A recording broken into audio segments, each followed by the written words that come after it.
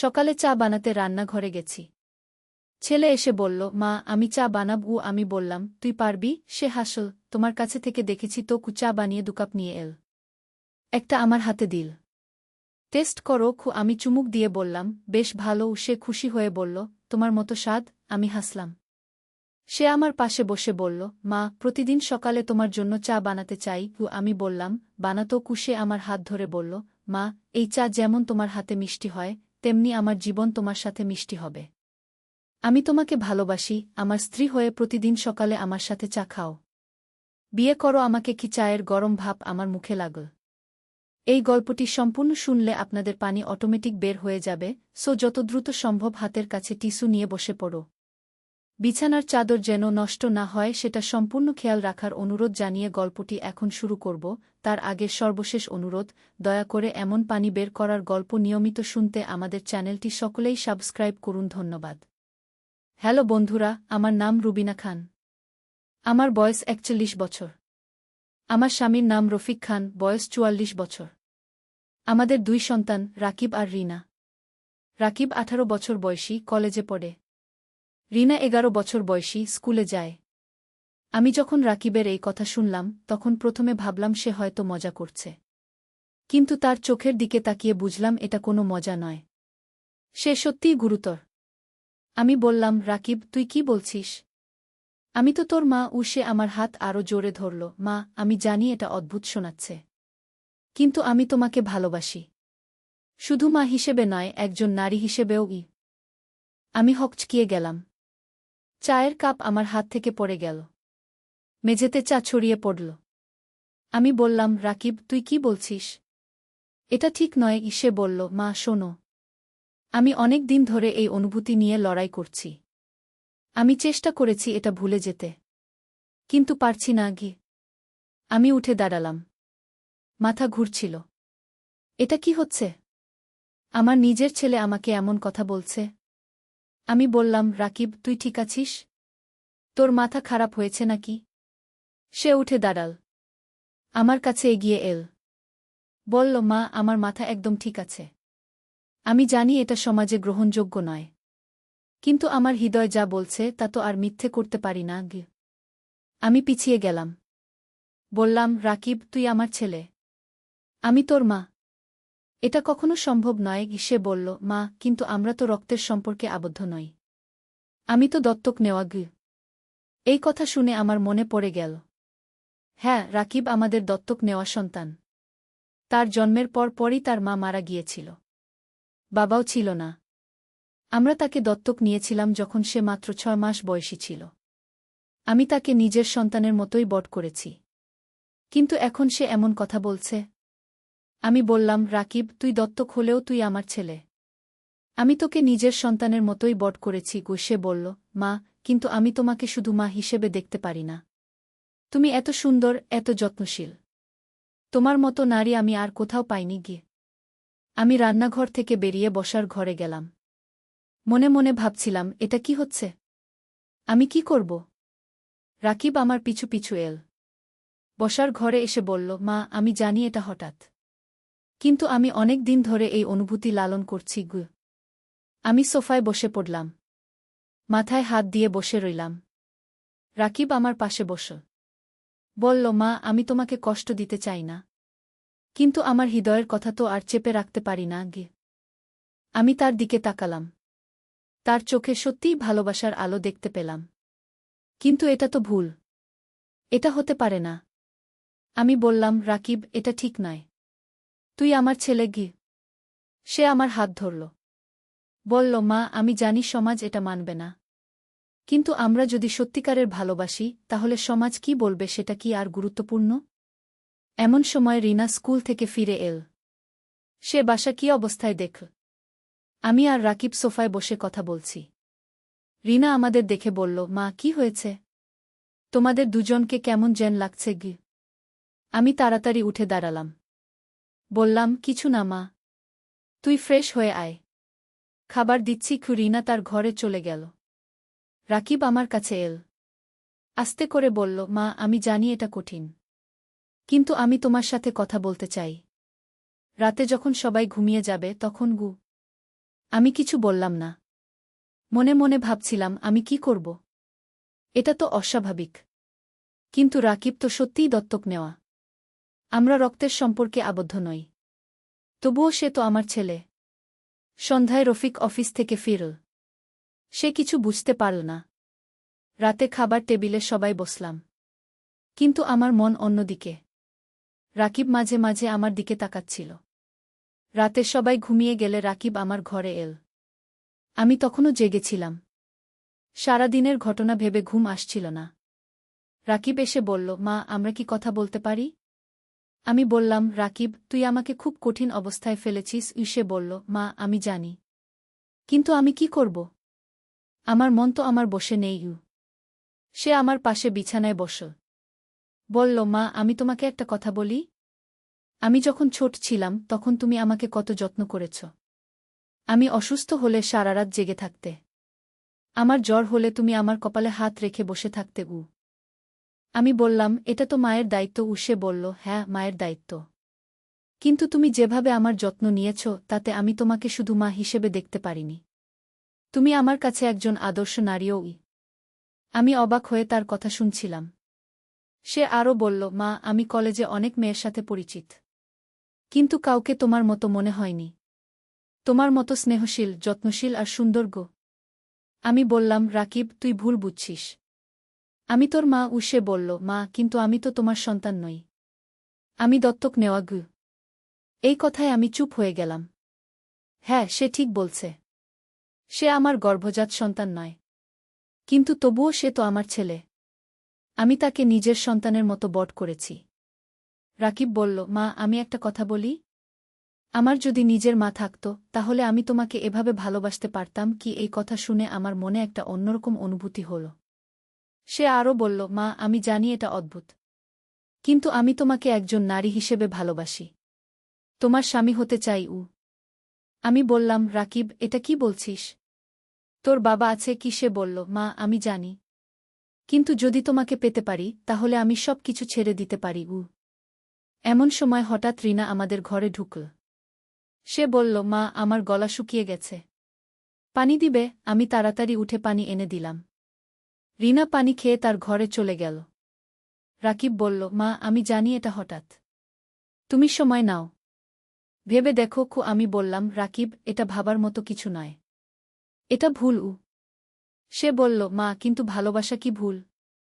আমি তোমাকে সত্যিকারের ভালোবাসি। আমি বললাম, রাকিব, তুই আমাকে খুব কঠিন পরিস্থিতিতে ফেলেছিস। আমি কি করব বুঝতে পারছি না। সে আমার হাত ধরল। বলল, মা, আমি তোমাকে সময় দিচ্ছি। তুমি ভেবে দেখো। আমি অপেক্ষা করব।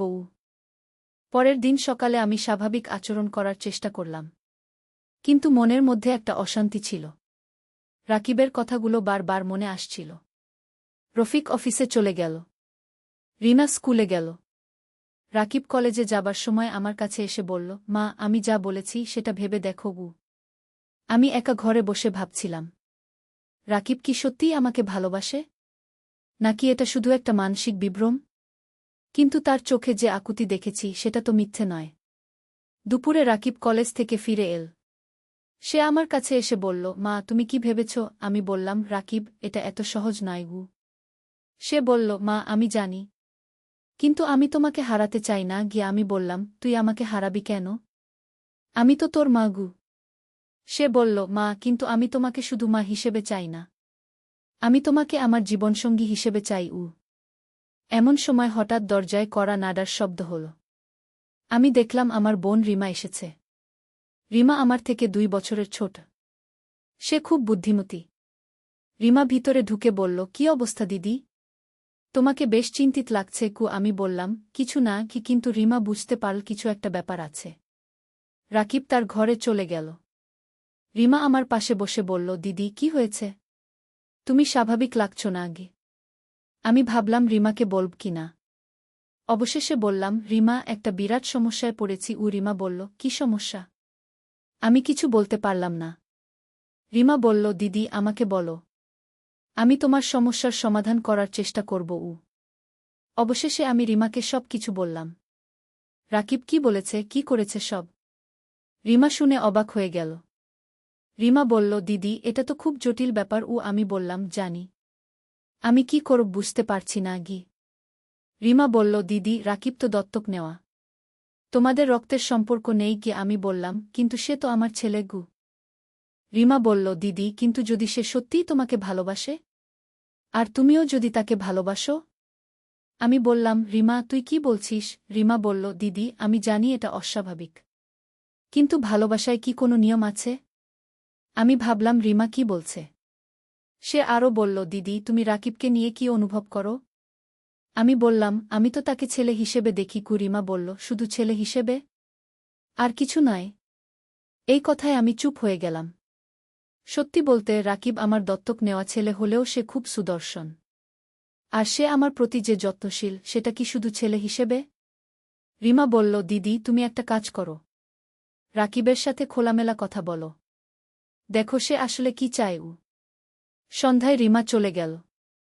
রাতে খাবার সময় রাকিব আমার দিকে তাকিয়েছিল। আমিও মাঝে মাঝে তার দিকে তাকাচ্ছিলাম। রাতে সবাই ঘুমিয়ে যাবার পর রাকিব আবার আমার ঘরে এল। এবার আমি তাকে বসতে বললাম। আমি বললাম, রাকিব তুই কি সত্যিই আমাকে ভালোবাসিস? সে বলল, হ্যাঁ মা, আমি তোমাকে অন্তর দিয়ে ভালোবাসি। আমি বললাম, কিন্তু আমি তো তোর মা। সে বলল, মা তুমি আমার মা, কিন্তু তুমি একজন নারীও, আর আমি তোমাকে নারী হিসেবেও ভালোবাসি। আমি বললাম, রাকিব এটা কি ঠিক? সে বলল, মা ভালোবাসায় ঠিক ভুল কি? আমি তোমাকে সত্যিকারের ভালোবাসি। আমি বললাম, কিন্তু তোর বাবা? সে বলল, মা আমি জানি এটা কঠিন, কিন্তু আমি তোমার জন্য সব কিছু করতে পারি। এমন সময় হঠাৎ রফিক ঘুম থেকে উঠল। সে বাথরুমে যাবার জন্য উঠেছিল। সে আমাদের কথা শুনতে পেল। রফিক ঘরে ঢুকে বলল, কি হচ্ছে এখানে? রাকিব তুই এত রাতে তোর মায়ের ঘরে কি করছিস? আমি আর রাকিব দুজনেই চুপ হয়ে গেলাম। রফিক বলল, কেউ কিছু বলবে না? রাকিব অবশেষে বলল, বাবা আমি মায়ের সাথে কথা বলছিলাম। রফিক বলল, এত রাতে কি কথা? এমন সময় রিনাও ঘুম থেকে উঠল। সে আমাদের ঘরে এসে বলল, কি হয়েছে? সবাই জেগে কেন? রফিক বলল, কিছু না মা, তুই যা ঘুমাতে। রিনা চলে গেল। রাকিবও তার ঘরে চলে গেল। রফিক আমার পাশে শুয়ে বলল, রুবিনা কি ব্যাপার? তুমি ইদানিং অন্যরকম আচরণ করছো। আমি বললাম, কিছু না গিয়ে, কিন্তু রফিক বুঝতে পারছিল কিছু একটা আছে। সে বলল, রুবিনা আমি তোমার স্বামী, আমাকে বলতে পারো। আমি ভাবলাম রফিককে বলব কিনা, কিন্তু ভাবলাম যদি বলি তাহলে বিরাট সমস্যা হবে, তাই চুপ থাকলাম। পরের দিন সকালে রাকিব আমার কাছে এসে বলল, মা কাল রাতে বাবা কিছু সন্দেহ করেছেন কিনা? আমি বললাম, করেছে, কিন্তু আমি কিছু বলিনি। রাকিব বলল, মা আমি ভাবছি তোমাকে সব কিছু বলে দেই। আমি বললাম, রাকিব তুই পাগল হয়েছিস? তোর বাবা জানতে পারলে কি হবে ভেবে দেখেছিস? সে বলল, মা কিন্তু এভাবে লুকিয়ে রাখা তো ঠিক নয়। আমি বললাম, রাকিব তুই আমাকে আরও বিপদে ফেলিস না। সে বলল, মা তাহলে তুমি কি করতে চাও? আমি কিছু বলতে পারলাম না। মনের মধ্যে একটা দ্বিধা চলছিল। একদিকে রাকিব আমার ছেলে, অন্যদিকে সে আমাকে ভালোবাসে। আর সত্যি বলতে তার যত্নে আমিও একটু প্রভাবিত হয়েছি। রাকিব বলল, মা আমি একটা কথা বলি? আমি তোমাকে 1 সপ্তাহ সময় দিচ্ছি। তুমি ভেবে দেখো, যদি তুমি আমার প্রস্তাব গ্রহণ করো তাহলে আমরা অন্য কোথাও চলে যাব, নতুন জীবন শুরু করব। আমি অবাক হয়ে বললাম, রাকিব তুই কি বলছিস? সে বলল, মা আমি সব ভেবে রেখেছি, আমার কিছু টাকা জমিয়েছি, আমরা অন্য শহরে গিয়ে নতুন পরিচয়ে থাকতে পারি। আমি বললাম, আর রিনা? তোর বাবা? সে বলল, মা আমি জানি এটা কঠিন, কিন্তু প্রেমের জন্য কিছু ত্যাগ তো করতেই হয়। এমন সময় রিনা স্কুল থেকে ফিরল। সে আমাদের গুরুগম্ভীর আলোচনা দেখে বলল, মা ভাই তোমরা কি নিয়ে এত আলোচনা করছ? রাকিব বলল, রিনা আমরা তোর ভবিষ্যৎ নিয়ে আলোচনা করছিলাম। রিনা বলল, আমার ভবিষ্যৎ? কি রকম? আমি বললাম, কিছু না মা, তুই ফ্রেশ হয়ে আয়। রিনা চলে গেল। রাকিব আমার কাছে এসে বলল, মা তুমি রিনাকেও সাথে নিয়ে যেতে পারো। আমি বললাম, রাকিব তুই কি বলছিস? রিনা জানতে পারলে কি ভাববে? সে বলল, মা রিনাকে বলতে হবে না যে আমরা স্বামী স্ত্রী, আমরা বলব যে তুমি আর আমি বিয়ে করেছি। আমি বললাম, কিন্তু রিনা তো জানে তুই আমার ছেলে। রাকিব বলল, মা রিনা ছোট, সে সব বুঝবে না। আর আমরা যদি অন্য জায়গায় যাই তাহলে কেউ আমাদের আগের পরিচয় জানবে না আগে। আমি ভাবতে থাকলাম, রাকিবের কথায় কিছু যুক্তি আছে, কিন্তু এটা তো ভুল। দুপুরে খাওয়ার সময় রাকিব আমার পাশে বসে আমার প্লেটে খাবার পরিবেশন করল। তার এই যত্নে আমি একটু লজ্জা পেলাম। রফিক অফিস থেকে ফিরে বলল, রাকিব, তুই আজকাল তোর মায়ের খুব যত্ন নিচ্ছিস। রাকিব বলল, বাবা, মা আমার জন্য কত কিছু করেছে, আমিও তো তার যত্ন নিতে পারি। রফিক হেসে বলল, ঠিক বলেছিস কি, কিন্তু আমার মনে হচ্ছিল রফিক কিছু একটা সন্দেহ করছে। রাতে খাবার পর রাকিব আমাকে বলল, মা, আমি তোমার সাথে একটু হাঁটতে যেতে চাই। আমি বললাম, এত রাতে? সে বলল, মা, একটু বাতাস খাব, তুমি আমার সাথে চলো গো। আমি রফিককে বললাম, আমি রাকিবের সাথে একটু হাঁটতে যাচ্ছি। রফিক বলল, ঠিক আছে, কিন্তু বেশি দেরি করো না গে। আমরা বাসার সামনের পার্কে গেলাম। রাকিব বলল, মা, এখানে কেউ আমাদের দেখবে না, আমরা খোলামেলা কথা বলতে পারি। আমি বললাম, রাকিব, তুই আমাকে খুব কঠিন পরিস্থিতিতে ফেলেছিস। সে বলল, মা, আমি জানি, কিন্তু আমি কি করব? আমার হৃদয় তো আমার বসে নেই। পার্কে একটা বেঞ্চে আমরা বসলাম। রাকিব আমার হাত ধরল, বলল, মা, আমি তোমাকে একটা কথা বলি, আমি তোমার জন্য কলেজ ছেড়ে দিতে রাজি আছি। আমি বললাম, রাকিব, তুই পাগল হয়ে গেছিস, পড়াশোনা ছেড়ে দিবি কেন? সে বলল, মা, তোমাকে পেলে আমার আর কিছু লাগবে না। এমন সময় পার্কে আরও কয়েকজন লোক এসে বসল। আমরা তাড়াতাড়ি উঠে বাসায় ফিরলাম। বাসায় ফিরে রফিক জিজ্ঞেস করল, কেমন লাগল হাঁটতে? আমি বললাম, ভালো, কিন্তু মনে মনে একটা অস্বস্তি ছিল। পরের দিন সকালে আমার বোন রিমা আবার এল। সে আমাকে একা পেয়ে জিজ্ঞেস করল, দিদি, রাকিবের ব্যাপারে কি সিদ্ধান্ত নিয়েছ? আমি বললাম, রিমা, আমি কিছু বুঝতে পারছি না। রিমা বলল, দিদি, তুমি রাকিবকে কি চোখে দেখো? আমি বললাম, সে আমার ছেলে। রিমা বলল, শুধু ছেলে? তুমি কি তাকে একজন পুরুষ হিসেবে দেখো না? এই কথায় আমি চুপ হয়ে গেলাম। সত্যি বলতে, রাকিব খুব সুদর্শন, আর সে আমার প্রতি যে যত্নশীল সেটা দেখে আমিও প্রভাবিত হয়েছি। রিমা বলল, দিদি, আমি দেখছি তুমি রাকিবের প্রতি একটা দুর্বলতা অনুভব করছো। আমি বললাম, রিমা, তুই কি বলছিস? রিমা বলল, দিদি, এতে লজ্জার কিছু নেই। রাকিব তোমার দত্তক নেওয়া ছেলে, তুমি যদি তাকে ভালোবাসো তাহলে সেটা অস্বাভাবিক কিছু নয়। আমি বললাম, রিমা, কিন্তু সমাজ কি বলবে? রিমা বলল, দিদি, সমাজ তো অনেক কিছুই বলে, কিন্তু তুমি যদি খুশি থাকো তাহলেই তো যথেষ্ট। দুপুরে রাকিব কলেজ থেকে ফিরে আমার কাছে এল। সে বলল, মা, তুমি কি কিছু ভেবেছ? আমি বললাম, রাকিব, আমি এখনো সিদ্ধান্ত নিতে পারিনি। সে বলল, মা, আমি তোমাকে আরও কিছু দিন সময় দিতে পারি, কিন্তু আমি তোমাকে হারাতে চাই না। এমন সময় হঠাৎ আমার মায়ের ফোন এল। মা বললেন, রুবিনা, আমি তোমাদের বাসায় আসছি, আমার শরীর খুব খারাপ। আমি বললাম, মা, আপনি আসুন, আমি আপনার দেখাশোনা করব। মা বললেন, আমি কাল সকালে পৌঁছাব। রাকিব আমার কথা শুনে বলল, মা, নানি আসছেন? এখন আমরা কথা বলতে পারব না। আমি বললাম, হ্যাঁ, তাই তোর জন্য ভালো। পরের দিন সকালে আমার মা এলেন। তিনি সত্যিই অসুস্থ ছিলেন। আমি তার সেবা করতে ব্যস্ত হয়ে পড়লাম। রাকিব মাঝে মাঝে আমার দিকে তাকাচ্ছিল, কিন্তু নানি থাকায় সে আমার কাছে আসতে পারছিল না। 3 দিন পর আমার মায়ের শরীর ভালো হয়ে গেল। তিনি বাড়ি চলে গেলেন। মা চলে যাবার পর রাকিব আমার কাছে এল। বলল, মা, এবার আমরা কথা বলতে পারি কি? আমি বললাম, রাকিব, তুই এসব ভুলে যা। সে বলল, মা, আমি কিভাবে ভুলে যাব? আমি তোমাকে ভালোবাসি। আমি বললাম, রাকিব, এটা ভুল। কিন্তু এমন সময় হঠাৎ একটা অদ্ভুত ঘটনা ঘটল। রিনা আমাদের কথা শুনে ফেল। সে লুকিয়ে আমাদের কথা শুনছিল। রিনা হঠাৎ বেরিয়ে এসে বলল, ভাই, তুমি মাকে কি বলছ? রাকিব চমকে গেল। আমিও হতভম্ব হয়ে গেলাম।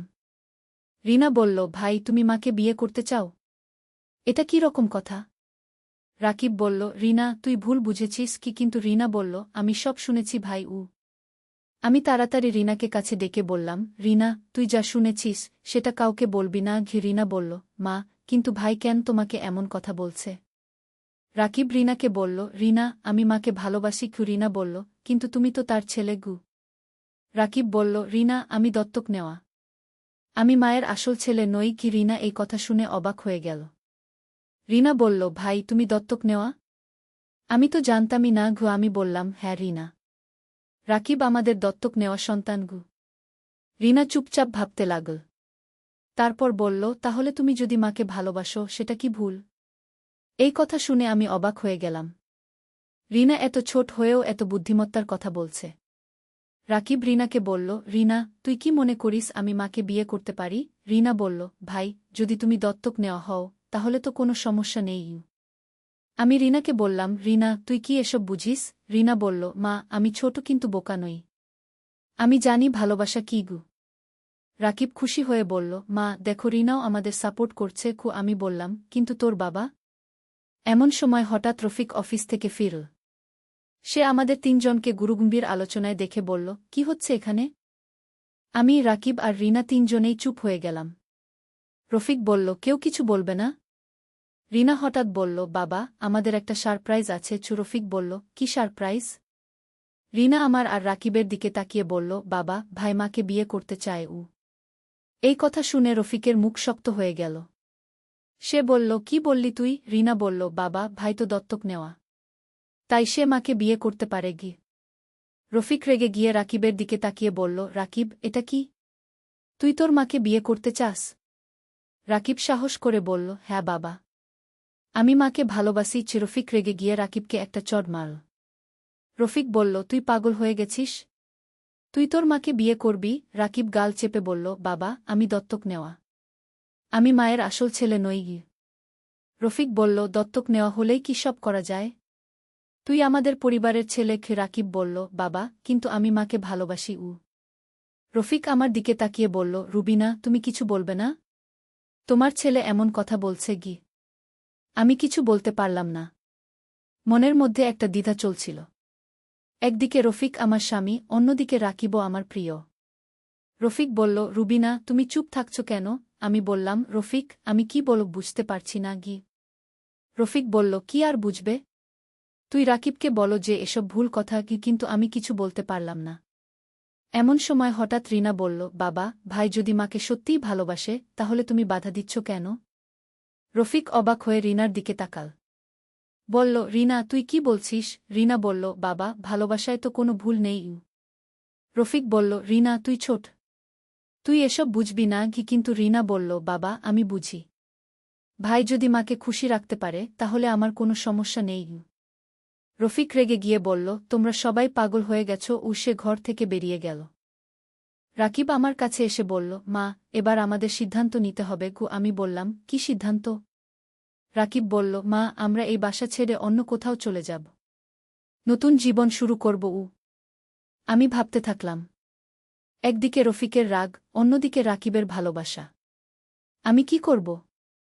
রিনা আমার পাশে এসে বলল, মা, তুমি যেটা ভালো মনে করো সেটাই করো। আমি রিনাকে বললাম, তুই কি সত্যিই এসব বুঝিস? রিনা বলল, মা, আমি জানি ভাই তোমাকে অনেক ভালোবাসে, আর তুমিও তো ভাইকে অনেক যত্ন করোক। এমন সময় রফিক আবার ঘরে ফিরে এল। তার চোখে রাগের আগুন। সে বলল, রুবিনা, আমি তোমার কাছে একটা উত্তর চাই। তুমি কি রাকিবের এই প্রস্তাব মানবে? আমি কিছু বলতে পারলাম না। রফিক আরও বলল, তুমি যদি চুপ থাকো তাহলে আমি মনে করব তুমি রাকিবের পক্ষে। রাকিব বলল, বাবা, আপনি রাগ করবেন না, আমি মাকে সুখী রাখব। রফিক বলল, তুই আমার বুকে সুখী রাখবি? তুই তো আমার ছেলে গি। রাকিব বলল, বাবা, আমি আপনার ছেলে, কিন্তু আমি মায়ের স্বামী হতে চাই। এই কথা শুনে রফিক আরও রেগে গেল। রফিক বলল, তোমরা দুজনেই আমাকে অপমান করছো। সে আমার দিকে তাকিয়ে বলল, রুবিনা, আমি তোমাকে শেষবার জিজ্ঞেস করছি, তুমি কি চাও? এমন সময় আমার মনে হঠাৎ একটা চিন্তা এল। আমি বললাম, রফিক, আমি একটা কথা বলি। রফিক বলল, বলো। আমি বললাম, যদি আমি আর তুমি আলাদা হয়ে যাই তাহলে রিনার কি হবে? রফিক বলল, রিনা আমার কাছে থাকবে। রিনা বলল, বাবা, আমি মায়ের কাছে থাকব। রফিক বলল, রিনা, তুই কি পাগল হয়ে গেছিস? রিনা বলল, বাবা, মা আমার বেশি প্রয়োজন। রাকিব বলল, মা, তুমি সিদ্ধান্ত নাও, আমি তোমার জন্য অপেক্ষা করব। আমি ভাবতে থাকলাম। সত্যি বলতে রাকিবের প্রতি আমার একটা দুর্বলতা তৈরি হয়েছে। সে আমার এত যত্ন নেয়, এত ভালোবাসা দেয়, আর রফিকের সাথে আমার সম্পর্ক ইদানিং তেমন ভালো নেই। অবশেষে আমি বললাম, রফিক, আমি একটা মাস সময় চাই, আমি ভেবে দেখব। রফিক বলল, একটা মাস? তোমার একটা মাস লাগবে ভাবতে। আমি বললাম, হ্যাঁ। এটা একটা বড় সিদ্ধান্ত। রাকিব খুশি হয়ে বলল, মা, আমি অপেক্ষা করব। রফিক রেগে গিয়ে বলল, তাহলে এই 1 মাস আমি অন্য ঘরে থাকব। পরের দিন থেকে রফিক আলাদা ঘরে থাকতে শুরু করল। আমি, রাকিব আর রিনা একসাথে থাকতে লাগলাম। রাকিব আমার সেবা করতে লাগল। সকালে চা এনে দিত, রাতে খাবার পরিবেশন করত। তার এই যত্নে আমি আস্তে আস্তে প্রভাবিত হতে লাগলাম। 1 সপ্তাহ পর রিমা এল। সে আমাকে জিজ্ঞেস করল, দিদি, কি অবস্থা? আমি তাকে সব বললাম। রিমা বলল, দিদি, তুমি কি সিদ্ধান্ত নিয়েছ? আমি বললাম, রিমা, আমি এখনো বুঝতে পারছি না। রিমা বলল, দিদি, তুমি রাকিবের সাথে কেমন অনুভব করো? আমি বললাম, ভালো লাগে। সে আমার খুব যত্ন নেয়। রিমা বলল, দিদি তো। পূজার দিন ছেলে আমাকে মন্দিরে নিয়ে গেল। প্রসাদ নিয়ে বাড়ি ফেরার পথে হঠাৎ সে থেমে গেল। একটা ফুলের দোকান থেকে একগোছা জুঁই কিনল। বলল, মা, তোমার চুলে দেব। আমি বললাম, এত রাতে কেন? সে আমার চুল ছেড়ে দিয়ে ফুল গুছতে গুছতে বলল, কারণ তুমি আমার দেবী। পাশ দিয়ে যাওয়া মানুষগুলো আমাদের দেখছিল। একজন বৃদ্ধ মহিলা হাসতে হাসতে বলল, কি সুন্দর জুটি। ছেলে কানে কানে বলল, মা, উনি ভুল বলেননি। বাড়ি পৌঁছে ছাদে উঠলাম। চাঁদের আলোতে সে আমার সামনে হাঁটু গেড়ে বসে বলল, মা, আমি তোমাকে বিয়ে করার জন্যই এই পৃথিবীতে জন্মেছি। ঈশ্বরের কাছে প্রার্থনা করেছি আজ, যেন তুমি আমার প্রস্তাব রাজি হও। জুঁই ফুলের গন্ধে আমার মাথা ঘুরছিল। তার চোখে যে দৃঢ়তা দেখলাম, তাতে মনে হল সে সত্যিই বিশ্বাস করে এই কথা। প্রসাদের পোটলা আমার হাতে ছিল, কিন্তু মন কোথায় যেন হারিয়ে গেল। এই গল্পটি সম্পূর্ণ শুনলে আপনাদের পানি অটোমেটিক বের হয়ে যাবে, সো যত দ্রুত সম্ভব হাতের কাছে টিস্যু নিয়ে বসে পড়ো। বিছানার চাদর যেন নষ্ট না হয় সেটা সম্পূর্ণ খেয়াল রাখার অনুরোধ জানিয়ে গল্পটি এখন শুরু করব। তার আগে সর্বশেষ অনুরোধ, দয়া করে এমন পানি বের করার গল্প নিয়মিত শুনতে আমাদের চ্যানেলটি সকলেই সাবস্ক্রাইব করুন। ধন্যবাদ। হ্যালো বন্ধুরা, আমার নাম মাধুরী দাস। আমার বয়স 40 বছর। আমার স্বামীর নাম প্রদীপ দাস, বয়স 43 বছর। আমাদের 2 সন্তান, রাহুল আর পায়েল। রাহুল 18 বছর বয়সী, কলেজে পড়ে। পায়েল 13 বছর বয়সী, স্কুলে যায়। আজ আমি যে গল্পটা বলতে যাচ্ছি সেটা আমার জীবনের সবচেয়ে রহস্যজনক এবং অদ্ভুত অভিজ্ঞতা। এই ঘটনা ঘটেছিল গত বছর শীতকালে। আমার ছেলে রাহুল তখন কলেজে ফার্স্ট ইয়ারে পড়ত।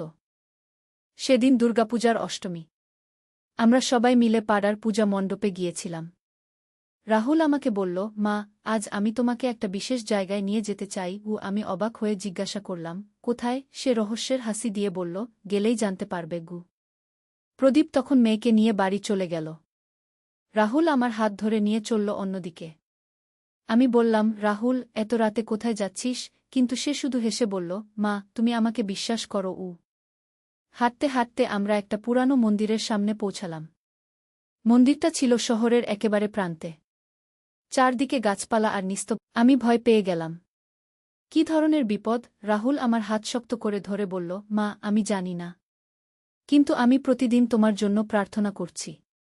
আর দেবী মা আমাকে বলেছেন যে আগামী পূর্ণিমার রাতে তোমাকে বিশেষ যত্ন নিতে হবে।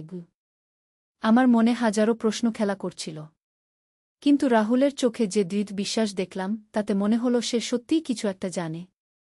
মা, চলো আজ আমরা একসাথে মায়ের কাছে প্রার্থনা করি। রাহুল আমার হাত ধরে মন্দিরের ভেতরে নিয়ে গেল। মন্দিরের ভেতরে একটা ছোট্ট দেবী মূর্তি ছিল। সামনে কয়েকটা প্রদীপ জ্বলছিল। রাহুল আমার পাশে বসে প্রার্থনা করতে লাগল। আমিও তার সাথে প্রার্থনা করলাম। প্রার্থনা শেষে রাহুল বলল, মা, এখন আমরা বাড়ি যাই।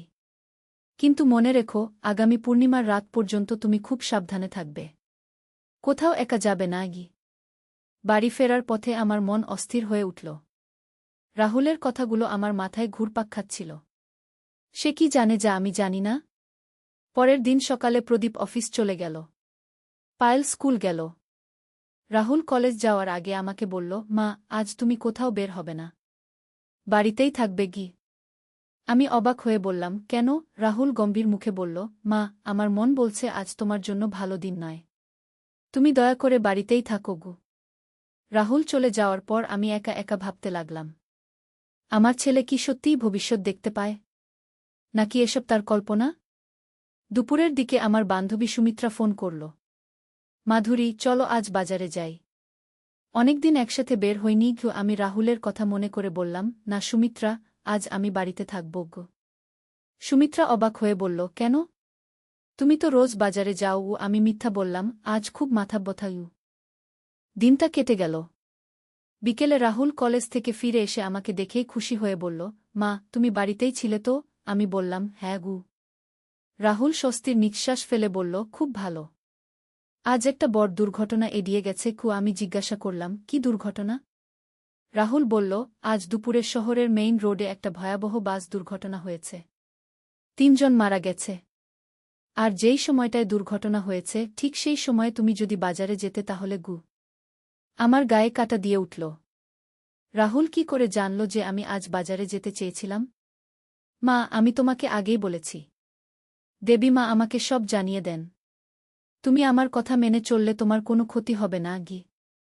সেদিন রাতে খাওয়ার সময় প্রদীপ বলল, মাধুরী, আজ অফিসে শুনলাম যে মেইন রোডে বড় দুর্ঘটনা হয়েছে। ভাগ্যিস তুমি আজ বাজারে যাওনি গু। রাহুল আমার দিকে মানে ভরা চোখে তাকাল। আমি বুঝতে পারছিলাম যে আমার ছেলের মধ্যে সত্যিই কিছু অস্বাভাবিক ক্ষমতা আছে। পরের কয়েকদিন রাহুল আমার প্রতিটি পদক্ষেপের ব্যাপারে সতর্ক থাকল। প্রতিদিন সকালে বের হওয়ার আগে আমাকে বলল, কোনো দিকে যাব না, কোনো রাস্তা ব্যবহার করব না। একদিন আমি রাহুলকে জিজ্ঞাসা করলাম, তুই কি করে এসব জানিস? রাহুল গম্ভীর হয়ে বলল, মা, ছোটবেলা থেকেই আমি অদ্ভুত স্বপ্ন দেখি। প্রথমে মনে করতাম এগুলো শুধু স্বপ্ন। কিন্তু যখন দেখলাম যে আমার স্বপ্নের অনেক কিছুই সত্যি হয়ে যাচ্ছে, তখন বুঝলাম যে এটা কোনো সাধারণ বিষয় নয় গ। তুই কি দেখিস স্বপ্নে? রাহুল আমার পাশে বসে বলল, মা, আমি দেখি যে তুমি বিভিন্ন বিপদের মুখে পড়ছ। কখনো দেখি যে তুমি রাস্তায় পড়ে গেছ, কখনো দেখি যে তোমার সাথে দুর্ঘটনা হয়েছে। আর এই স্বপ্নগুলো সাধারণত ২-৩ দিন আগে দেখি গু। আমার শরীরে শিহরণ খেলে গেল। তাহলে তুই প্রতিদিন আমার জন্য চিন্তায় থাকিস? রাহুল আমার হাত ধরে বলল, মা, তুমি আমার সব কিছু। তোমার কোনো ক্ষতি হলে আমি বাঁচব না। তাই দেবী মা আমাকে এই ক্ষমতা দিয়েছেন যেন আমি তোমাকে রক্ষা করতে পারি। সেদিন রাতে আমি প্রদীপকে সব কিছু বললাম। প্রদীপ প্রথমে বিশ্বাস করেনি। কিন্তু যখন আমি তাকে গত কয়েকদিনের ঘটনাগুলো বললাম, তখন সেও অবাক হয়ে গেল। মাধুরী, রাহুল সত্যিই অস্বাভাবিক কিছু দেখতে পায় বলে মনে হচ্ছে। আমরা তার কথা মেনে চলব গ। এভাবে কয়েকদিন কেটে গেল। অবশেষে পূর্ণিমার রাত এল। রাহুল সেদিন বিশেষভাবে উদ্বিগ্ন ছিল। মা, আজকের রাতটা খুব গুরুত্বপূর্ণ। আজ তোমাকে আমার কাছ থেকে এক মুহূর্ত দূরে যেতে দেব না গি। রাতে খাওয়ার পর আমরা সবাই বসে টিভি দেখছিলাম। হঠাৎ করে রাহুল উঠে দাঁড়িয়ে বলল, মা, উঠো। আমাদের ছাদে যেতে হবে। এখন? এত রাতে কেন? রাহুল আমার হাত ধরে বলল, মা, দয়া করে আমাকে বিশ্বাস করো। আজ রাতে তোমার জীবনের সবচেয়ে বড় বিপদ আসতে পারে। কিন্তু যদি আমি সঠিক সময়ে সঠিক জায়গায় তোমাকে রাখতে পারি, তাহলে সব ঠিক হয়ে যাবে গু। আমি রাহুলের সাথে ছাদে উঠলাম। পূর্ণিমার চাঁদ আকাশে উজ্জ্বল হয়ে জ্বলছিল। রাহুল আমাকে নিয়ে ছাদের একটা কোণে বসল। মা, আজ রাতে আমরা এখানেই থাকব। যতক্ষণ না রাত শেষ হয় গ। আমি অবাক হয়ে বললাম, কিন্তু কেন? রাহুল আকাশের দিকে তাকিয়ে বলল, মা, আজ রাতে যদি তুমি বাড়ির ভেতরে থাকতে, তাহলে একটা বড় দুর্ঘটনা হতো। রাত ২টার সময় হঠাৎ করে একটা কাঁপুনি অনুভব করলাম। মনে হলো যেন পুরো বাড়িটা কেঁপে উঠল। রাহুল তৎক্ষণাৎ আমাকে শক্ত করে জড়িয়ে ধরল। মা, ভয় পেও না। এটা প্রাকৃতিক। কয়েক সেকেন্ড পর আবার একটা কাঁপুনি এলো। এবার আরও জোরে। আমি বুঝতে পারলাম যে এটা ভূমিকম্প। রাহুল, ভূমিকম্প। আমাদের নিচে যেতে হবে গু। কিন্তু রাহুল আমাকে আরও জোরে ধরে রাখল। না মা, আমরা এখানেই থাকব। বাড়ির ভেতরে গেলে বিপদ গু। ভূমিকম্প প্রায় ১০ মিনিট চলেছিল। এরপর সব শান্ত হয়ে গেল। আমরা নিচে নেমে দেখলাম যে আমাদের বাড়ির কোনো ক্ষতি হয়নি। কিন্তু পাশের বাড়ির একটা দেয়াল ভেঙে গেছে। প্রদীপ আর পায়েল ভয় পেয়ে গিয়েছিল। কিন্তু তারা নিরাপদে ছিল। মা, রাহুল আমার কাছে এসে বলল, দেখেছ? যদি আমরা বাড়ির ভেতরে থাকতাম তাহলে হয়তো আমাদের ক্ষতি হতো। দেবীমা আমাকে আগেই জানিয়ে দিয়েছিলেন গু। সেই রাতের পর থেকে আমি রাহুলের উপর সম্পূর্ণ আস্থা রাখতে শুরু করলাম। সে সত্যিই আমার রক্ষক। এরপর থেকে রাহুল আমার প্রতিটি বিপদ থেকে আমাকে রক্ষা করেছে। কখনো বলেছে কোনো রাস্তা দিয়ে যেতে, কখনো বলেছে বাড়িতে থাকতে। একদিন আমি রাহুলকে জিজ্ঞাসা করলাম, তুই কি সত্যিই মনে করিস যে তুই আমাকে রক্ষা করার জন্যই জন্মেছিস? রাহুল মাথা নেড়ে বলল, মা, এটা আমার দৃঢ় বিশ্বাস। তুমি আমার মা, আর আমি তোমার রক্ষক। এটাই আমাদের নিয়তি গু। আজ পর্যন্ত রাহুল আমার যত্ন নিয়ে চলেছে। সে এখনও প্রতিদিন মন্দিরে গিয়ে আমার জন্য প্রার্থনা করে। আর আমিও প্রতিদিন ঈশ্বরের কাছে কৃতজ্ঞতা জানাই যে তিনি আমাকে এমন একটি সন্তান দিয়েছেন। রাহুলের এই অস্বাভাবিক ক্ষমতার কথা আমরা আর কাউকে বলিনি। শুধু আমাদের পরিবারের মধ্যেই সীমাবদ্ধ রেখেছি। কারণ মানুষ হয়তো বিশ্বাস করবে না। কিন্তু আমি জানি যে আমার ছেলে রাহুল একটি বিশেষ উপহার নিয়ে জন্মেছে। সে আমার জীবনের সবচেয়ে বড় আশীর্বাদ। তার ভালোবাসা আর যত্নের কারণেই আজ আমি নিরাপদে আছি। প্রতিদিন যখন রাহুল আমাকে বলে, মা, আমি তোমাকে ভালোবাসি, তখন আমার মনে হয় যে পৃথিবীতে আমার চেয়ে ভাগ্যবান মা আর নেই। আর এই কারণেই রাহুল যখন সেদিন বলেছিল, আমি তোমাকে বিয়ে করার জন্যই জন্মেছি, তখন আসলে সে বোঝাতে চেয়েছিল যে সে আমার সাথে জীবনভর থেকে আমাকে রক্ষা করার অঙ্গীকার করেছে। একটি সন্তানের মায়ের প্রতি এর চেয়ে বড় ভালোবাসা আর কি হতে পারে? এই গল্প শুনে হয়তো অনেকে বিশ্বাস নাও করতে পারেন। কিন্তু যারা মা, তারা জানেন যে সন্তানের ভালোবাসা কতটা গভীর হতে পারে। আর কখনো কখনো এই ভালোবাসা এমন রূপ নেয় যা আমাদের সাধারণ বোঝাপড়ার বাইরে। আমার রাহুল আমার গর্ব, আমার ভালোবাসা, আর সবচেয়ে বড় কথা, আমার রক্ষক। আর আমি প্রতিদিন ঈশ্বরের কাছে প্রার্থনা করি যেন রাহুলের এই বিশেষ ক্ষমতা সবসময় আমাদের মঙ্গলের জন্যই ব্যবহৃত হয়। এই ছিল আমার জীবনের সবচেয়ে অবিশ্বাস্য কিন্তু সত্যি ঘটনা। কিন্তু গল্পটা এখানেই শেষ নয়। এরপর যা ঘটেছিল সেটা আরও রহস্যজনক। সেই ভূমিকম্পের ঘটনার প্রায় 1 মাস পর একদিন রাহুল কলেজ থেকে ফিরে এসে আমাকে বলল, মা, আজ আমার একটা অদ্ভুত স্বপ্ন দেখেছি। কি স্বপ্ন? আমি উৎসুক হয়ে জিজ্ঞাসা করলাম। রাহুল গম্ভীর মুখে বলল, মা, আমি দেখেছি যে আমাদের বাড়িতে একটা গোপন কক্ষ আছে। সেই কক্ষে পুরানো কিছু জিনিস লুকিয়ে রাখা আছে যেগুলো আমাদের পরিবারের ইতিহাসের সাথে জড়িত। আমি অবাক হয়ে বললাম, কোনো গোপন কক্ষ? আমি তো এই বাড়িতে 20 বছর ধরে আছি। রাহুল বলল, মা, স্বপ্নে দেখেছি যে আমাদের বাড়ির নিচতলার স্টোর রুমের দেয়ালের পেছনে একটা লুকানো দরজা আছে। সেই দরজার পেছনে একটা ছোট কক্ষ আছে। আমার কৌতূহল বেড়ে গেল। চলো দেখি। রাহুল আমাকে নিয়ে স্টোর রুমে গেল। সেখানে পুরানো আসবাবপত্র আর বাক্সপেটরা রাখা ছিল। রাহুল দেয়ালের দিকে তাকিয়ে বলল, মা, এই দেয়ালের পেছনে কি? আমি দেয়ালে হাত দিয়ে দেখলাম। সাধারণ দেয়ালই মনে হচ্ছিল। কিন্তু রাহুল একটা নির্দিষ্ট জায়গা চাপ দিল। হঠাৎ করে একটা ছোট অংশ ভেতরের দিকে ঢুকে গেল। এটা কি? আমি চিৎকার করে উঠলাম। রাহুল আরও জোরে চাপ দিল। একটা লুকানো দরজা খুলে গেল। ভেতরে একটা ছোট্ট কক্ষ দেখা গেল। আমরা টর্চ নিয়ে ভেতরে ঢুকলাম। কক্ষটা খুবই ছোট, প্রায় 4 ফুট বাই 6 ফুট। ভেতরে একটা পুরানো কাঠের বাক্স রাখা ছিল। রাহুল বাক্সটা খুলল। ভেতরে কিছু পুরানো কাগজপত্র, ছবি আর একটা ডায়েরি ছিল। আমি ডায়েরিটা হাতে নিয়ে দেখলাম। এটা ছিল আমার শ্বশুরমশাইয়ের লেখা। প্রদীপের বাবা মারা গিয়েছিলেন 10 বছর আগে। ডায়েরির প্রথম পাতায় লেখা ছিল, এই ডায়েরিতে আমাদের পরিবারের এক গোপন রহস্যের কথা লিখে রেখেছি। যদি কখনো আমাদের পরিবারের কেউ বিশেষ ক্ষমতার অধিকারী হয়ে জন্মায়, তাহলে সে এই ডায়েরি খুঁজে পাবে। আমার হৃদস্পন্দন বেড়ে গেল। রাহুল আমার কাঁধে হাত রেখে বলল, মা, মনে হচ্ছে দাদু আমার ব্যাপারেই লিখেছিলেন। আমি ডায়েরির পরবর্তী পাতাগুলো পড়তে শুরু করলাম। সেখানে লেখা ছিল, আমাদের পরিবারে প্রতি 3-4 প্রজন্ম পর পর একজন করে বিশেষ ক্ষমতাসম্পন্ন সন্তান জন্মায়। তারা ভবিষ্যৎ দেখতে পায়, বিপদ আঁচ করতে পায়। আমার দাদার এই ক্ষমতা ছিল। তিনি অনেকবার আমাদের পরিবারকে বিভিন্ন বিপদ থেকে রক্ষা করেছিলেন। এই ক্ষমতা একটা দায়িত্বের সাথে আসে। যার এই ক্ষমতা থাকে, তার দায়িত্ব হল পরিবারের সবাইকে রক্ষা করা। বিশেষ করে তার মায়ের প্রতি থাকে বিশেষ দায়বদ্ধতা। আমার মনে হয় আমার নাতির মধ্যে এই ক্ষমতা থাকতে পারে। যদি তাই হয়, তাহলে সে তার মাকে বিশেষভাবে ভালোবাসবে এবং তাকে রক্ষা করার জন্য যেকোনো কিছু করতে প্রস্তুত থাকবে।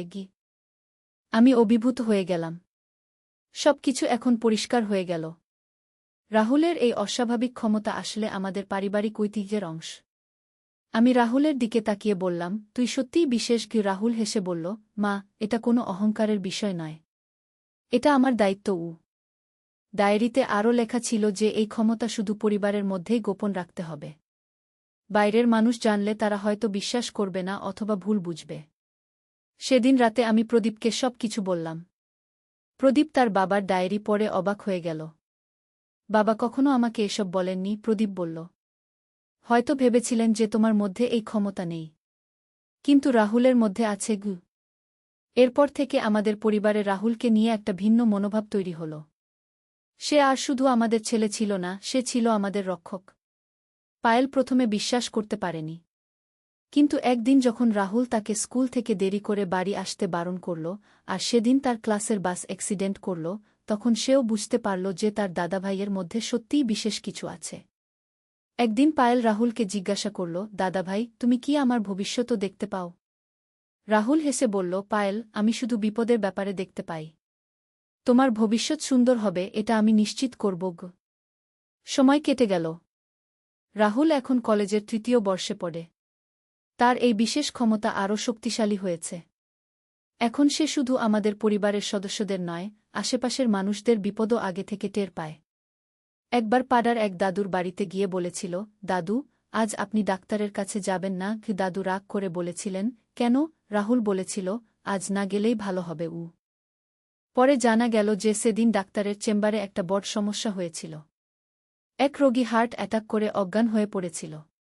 চেম্বারে তখন অনেক হইচই হয়েছিল। আস্তে আস্তে পাড়ার মানুষরা রাহুলকে অন্যরকম চোখে দেখতে শুরু করল। কেউ কেউ তাকে কি ভবিষ্যৎদ্রষ্টা বলে ডাকত। কিন্তু রাহুল এসব নিয়ে মাথা ঘামাত না। তার একটাই লক্ষ্য, পরিবারের সবাইকে নিরাপদ রাখা। একদিন আমি রাহুলকে জিজ্ঞাসা করলাম, তোর কি কষ্ট হয় না সবসময় সবার চিন্তা করতে? রাহুল আমার পাশে বসে বলল, মা, এটা আমার জীবনের উদ্দেশ্য। আমি এই জন্যই জন্মেছি। তোমাদের সবাইকে নিরাপদ দেখে আমার মনে শান্তি গু। কিন্তু তোর নিজের জীবন? রাহুল হেসে বলল, মা, তোমাদের সুখী আমার জীবন। আর কিছু লাগে না গি। গত মাসে রাহুল আমাকে বলেছিল যে আগামী বছর তার বিয়ের প্রস্তাব আসতে পারে। কিন্তু মা, আমি বিয়ে করলেও তোমার কাছেই থাকব। তোমার যত্ন নেওয়া আমার সবচেয়ে বড় দায়িত্ব। আমি বলেছিলাম, রাহুল, তুই বিয়ে করে তোর নিজের সংসার করবি। আমার জন্য চিন্তা করিস না গে। রাহুল মাথা নেড়ে বলেছিল, না মা, এটা সম্ভব না। আমি যাকে বিয়ে করব তাকে আগে থেকেই বুঝিয়ে দেব যে আমার মা আমার সবচেয়ে বড় অগ্রাধিকার। আজ যখন আমি এই গল্প বলছি, রাহুল কলেজে গেছে। কিন্তু যাওয়ার আগে আমাকে বলে গেছে, মা, আজ তুমি বিকেল ৫টার আগে বাজার থেকে ফিরে আসবে গু। আমি জানি যে রাহুলের কথা মানলে আমার কোনো ক্ষতি হবে না। সে আমার দেবদূত, আমার রক্ষক। প্রতিদিন সকালে রাহুল আমাকে বলে, মা, ভালো থেকো। আর প্রতিদিন রাতে বলে, মা, আজও তুমি নিরাপদে আছো। এটাই আমার সবচেয়ে বড় খুশির বিষয় গু। এমন একটি সন্তান পেয়ে আমি নিজেকে পৃথিবীর সবচেয়ে ভাগ্যবান মা মনে করি। রাহুল শুধু আমার ছেলে নয়, সে আমার জীবনের অভিভাবক। আর এই কারণেই যখন সেই পূজার রাতে রাহুল বলেছিল, মা, আমি তোমাকে বিয়ে করার জন্যই জন্মেছি, তখন সে আসলে বোঝাতে চেয়েছিল যে সে আমার সাথে জীবনভর বাধা থাকার অঙ্গীকার করেছে, একজন রক্ষকের হিসেবে, একজন স্নেহশীল সন্তানের হিসেবে। এই গল্প আমার জীবনের সবচেয়ে অমূল্য অভিজ্ঞতা। আশা করি এই গল্প শুনে আপনারা বুঝতে পেরেছেন যে মায়ের প্রতি সন্তানের ভালোবাসা কতটা পবিত্র এবং গভীর হতে পারে। রাহুল আমার গর্ব, আমার আশীর্বাদ, আর আমার জীবনের সবচেয়ে বড় সম্পদ। আমি প্রতিদিন ঈশ্বরের কাছে কৃতজ্ঞতা জানাই এমন একটি অসাধারণ সন্তানের জন্য। সত্যের আলো। একটি ইসলামিক যুদ্ধের গল্প। প্রথম পর্ব, অন্ধকারের ছায়া। আন্দালুসিয়ার সুবজ পাহাড়ের কোলে, যেখানে জলপাই গাছের সারি আকাশের দিকে হাত বাড়িয়ে দাঁড়িয়ে আছে, সেখানেই ছিল ছোট্ট গ্রাম মারাকেশ। গ্রামটি ছিল শান্তি আর সম্প্রীতির এক অনন্য নিদর্শন। মুসলিম, খ্রিস্টান আর ইহুদি পরিবারগুলো একসাথে বসবাস করত, একে অপরের সুখ দুঃখে পাশে দাঁড়াত। গ্রামের মসজিদের ইমাম ছিলেন আবু ইউসুফ আল আন্দালুসি। তার বয়স ছিল ৫০-এর কোঠায়, কিন্তু চোখে ছিল তরুণের মতো উজ্জ্বলতা। দাড়িতে রূপালি সুতোর মতো সাদা চুল, কপালে সিজদার দাগ। তিনি শুধু একজন ধর্মীয় নেতাই ছিলেন না, ছিলেন গ্রামের সবার বিশ্বস্ত বন্ধু আর পরামর্শদাতা। আবু ইউসুফের ছিল ২ পুত্র। বড় ছেলে উমর, বয়স ২৫, দক্ষ তলবারবাজ আর ঘোড়সওয়ার। ছোট ছেলে আলী, মাত্র ১৮, কিন্তু কুরআন আর হাদিসে তার জ্ঞান ছিল অসাধারণ। ২ ভাইয়ের মধ্যে ছিল অটুট বন্ধন, একজন অন্যজনের জন্য প্রাণ দিতেও প্রস্তুত। একদিন সকালে যখন ফজরের আজানের মধুর সুর গ্রামের বাতাসে ভেসে বেড়াচ্ছিল তখনই এল সেই দুঃসংবাদ। গ্রামের প্রবেশপথে এসে হাজির হল এক আহত সৈনিক, তার গায়ে রক্তাক্ত কাপড়, চোখে আতঙ্ক। ইমাম সাহেব চিৎকার করে বলল, সৈনিকটি, ক্রুসেডারদের বিশাল বাহিনী আসছে আমাদের দিকে। তারা সব মুসলিম গ্রাম জ্বালিয়ে দিচ্ছে, মানুষ হত্যা করছে। আমাদের প্রস্তুত হতে হবে। এই খবরে পুরো গ্রাম যেন স্তব্ধ হয়ে গেল। বাচ্চারা মায়ের আঁচলে মুখ লুকাল, বৃদ্ধরা চিন্তিত মুখে একে অপরের দিকে তাকাল। আবু ইউসুফ গভীর শ্বাস নিলেন। তিনি জানতেন এই দিন একদিন আসবে। তিনি মসজিদের মিনারে উঠে সবাইকে ডাকলেন। হে আমার প্রিয় গ্রামবাসী, তার কণ্ঠস্বর দৃঢ় অথচ শান্ত, আল্লাহ তায়ালা আমাদের পরীক্ষা করতে চান। আমরা মুসলমান, আমরা ভয় পাই না। কিন্তু আমরা রক্তপাতও চাই না। আমাদের প্রথমে চেষ্টা করতে হবে শান্তিপূর্ণ সমাধানের। দ্বিতীয় পর্ব, প্রস্তুতির দিনগুলো। পরের 3 দিন গ্রাম জুড়ে চল প্রস্তুতি। কিন্তু এটা ছিল শুধু যুদ্ধের প্রস্তুতি না, ছিল আত্মিক প্রস্তুতিও। আবু ইউসুফ প্রতিদিন ফজরের নামাজের পর বিশেষ দোয়া পড়াতেন। তিনি সবাইকে বললেন, যুদ্ধ করার আগে আমাদের নিজেদের সাথে যুদ্ধ করতে হবে। আমাদের অন্তরকে ভয়, রাগ আর প্রতিশোধের আগুন থেকে পরিষ্কার করতে হবে। উমর আর আলী 2 ভাই গ্রামের যুবকদের নিয়ে তলবার চালনা আর তীরন্দাজি অনুশীলন করত। কিন্তু প্রতিটি অনুশীলনের শুরুতে তারা দোয়া পড়ত। আল্লাহুম্মা আন্তা আজুদি ওয়া আন্তা নাসিরি, বিকা আজুলু ওয়া বিকা আসুলু ওয়া বিকা উকাতিলুগু। হে আল্লাহ, তুমিই আমার সহায়, তুমিই আমার সাহায্যকারী, তোমার সাহায্যেই আমি চলি, তোমার সাহায্যেই আমি আক্রমণ করি, তোমার সাহায্যেই আমি যুদ্ধ করি। একদিন সন্ধ্যায় যখন সূর্য পশ্চিমের পাহাড়ের আড়ালে হারিয়ে যাচ্ছিল, আলী তার বাবার কাছে এল। আব্বা, আলী বলল, আমার ভয় লাগছে। ভয় লাগছে যে আমি যুদ্ধের সময় কাপুরুষতা করব। আবু ইউসুফ তার ছেলের কাঁধে হাত রাখলেন। বেটা, ভয় পাওয়া কোনো লজ্জার বিষয় না। রাসূল শাহ এরও সাহাবীরা যুদ্ধের আগে ভয় পেতেন। কিন্তু তারা জানতেন যে আল্লাহর রাস্তায় মৃত্যু হলে সেটা শহীদি, আর বেঁচে থাকলে সেটা আল্লাহর রহমত। কিন্তু আব্বা, যদি আমি মারা যাই? যদি আপনি মারা যান? আমাদের গ্রাম? আলী, জীবন আর মৃত্যু আল্লাহর হাতে। আমাদের কাজ হল সততা আর ন্যায়ের পথে চলা। বাকিটা আল্লাহর উপর ছেড়ে দেওয়া গে। তৃতীয় পর্ব, শত্রুদের আগমন।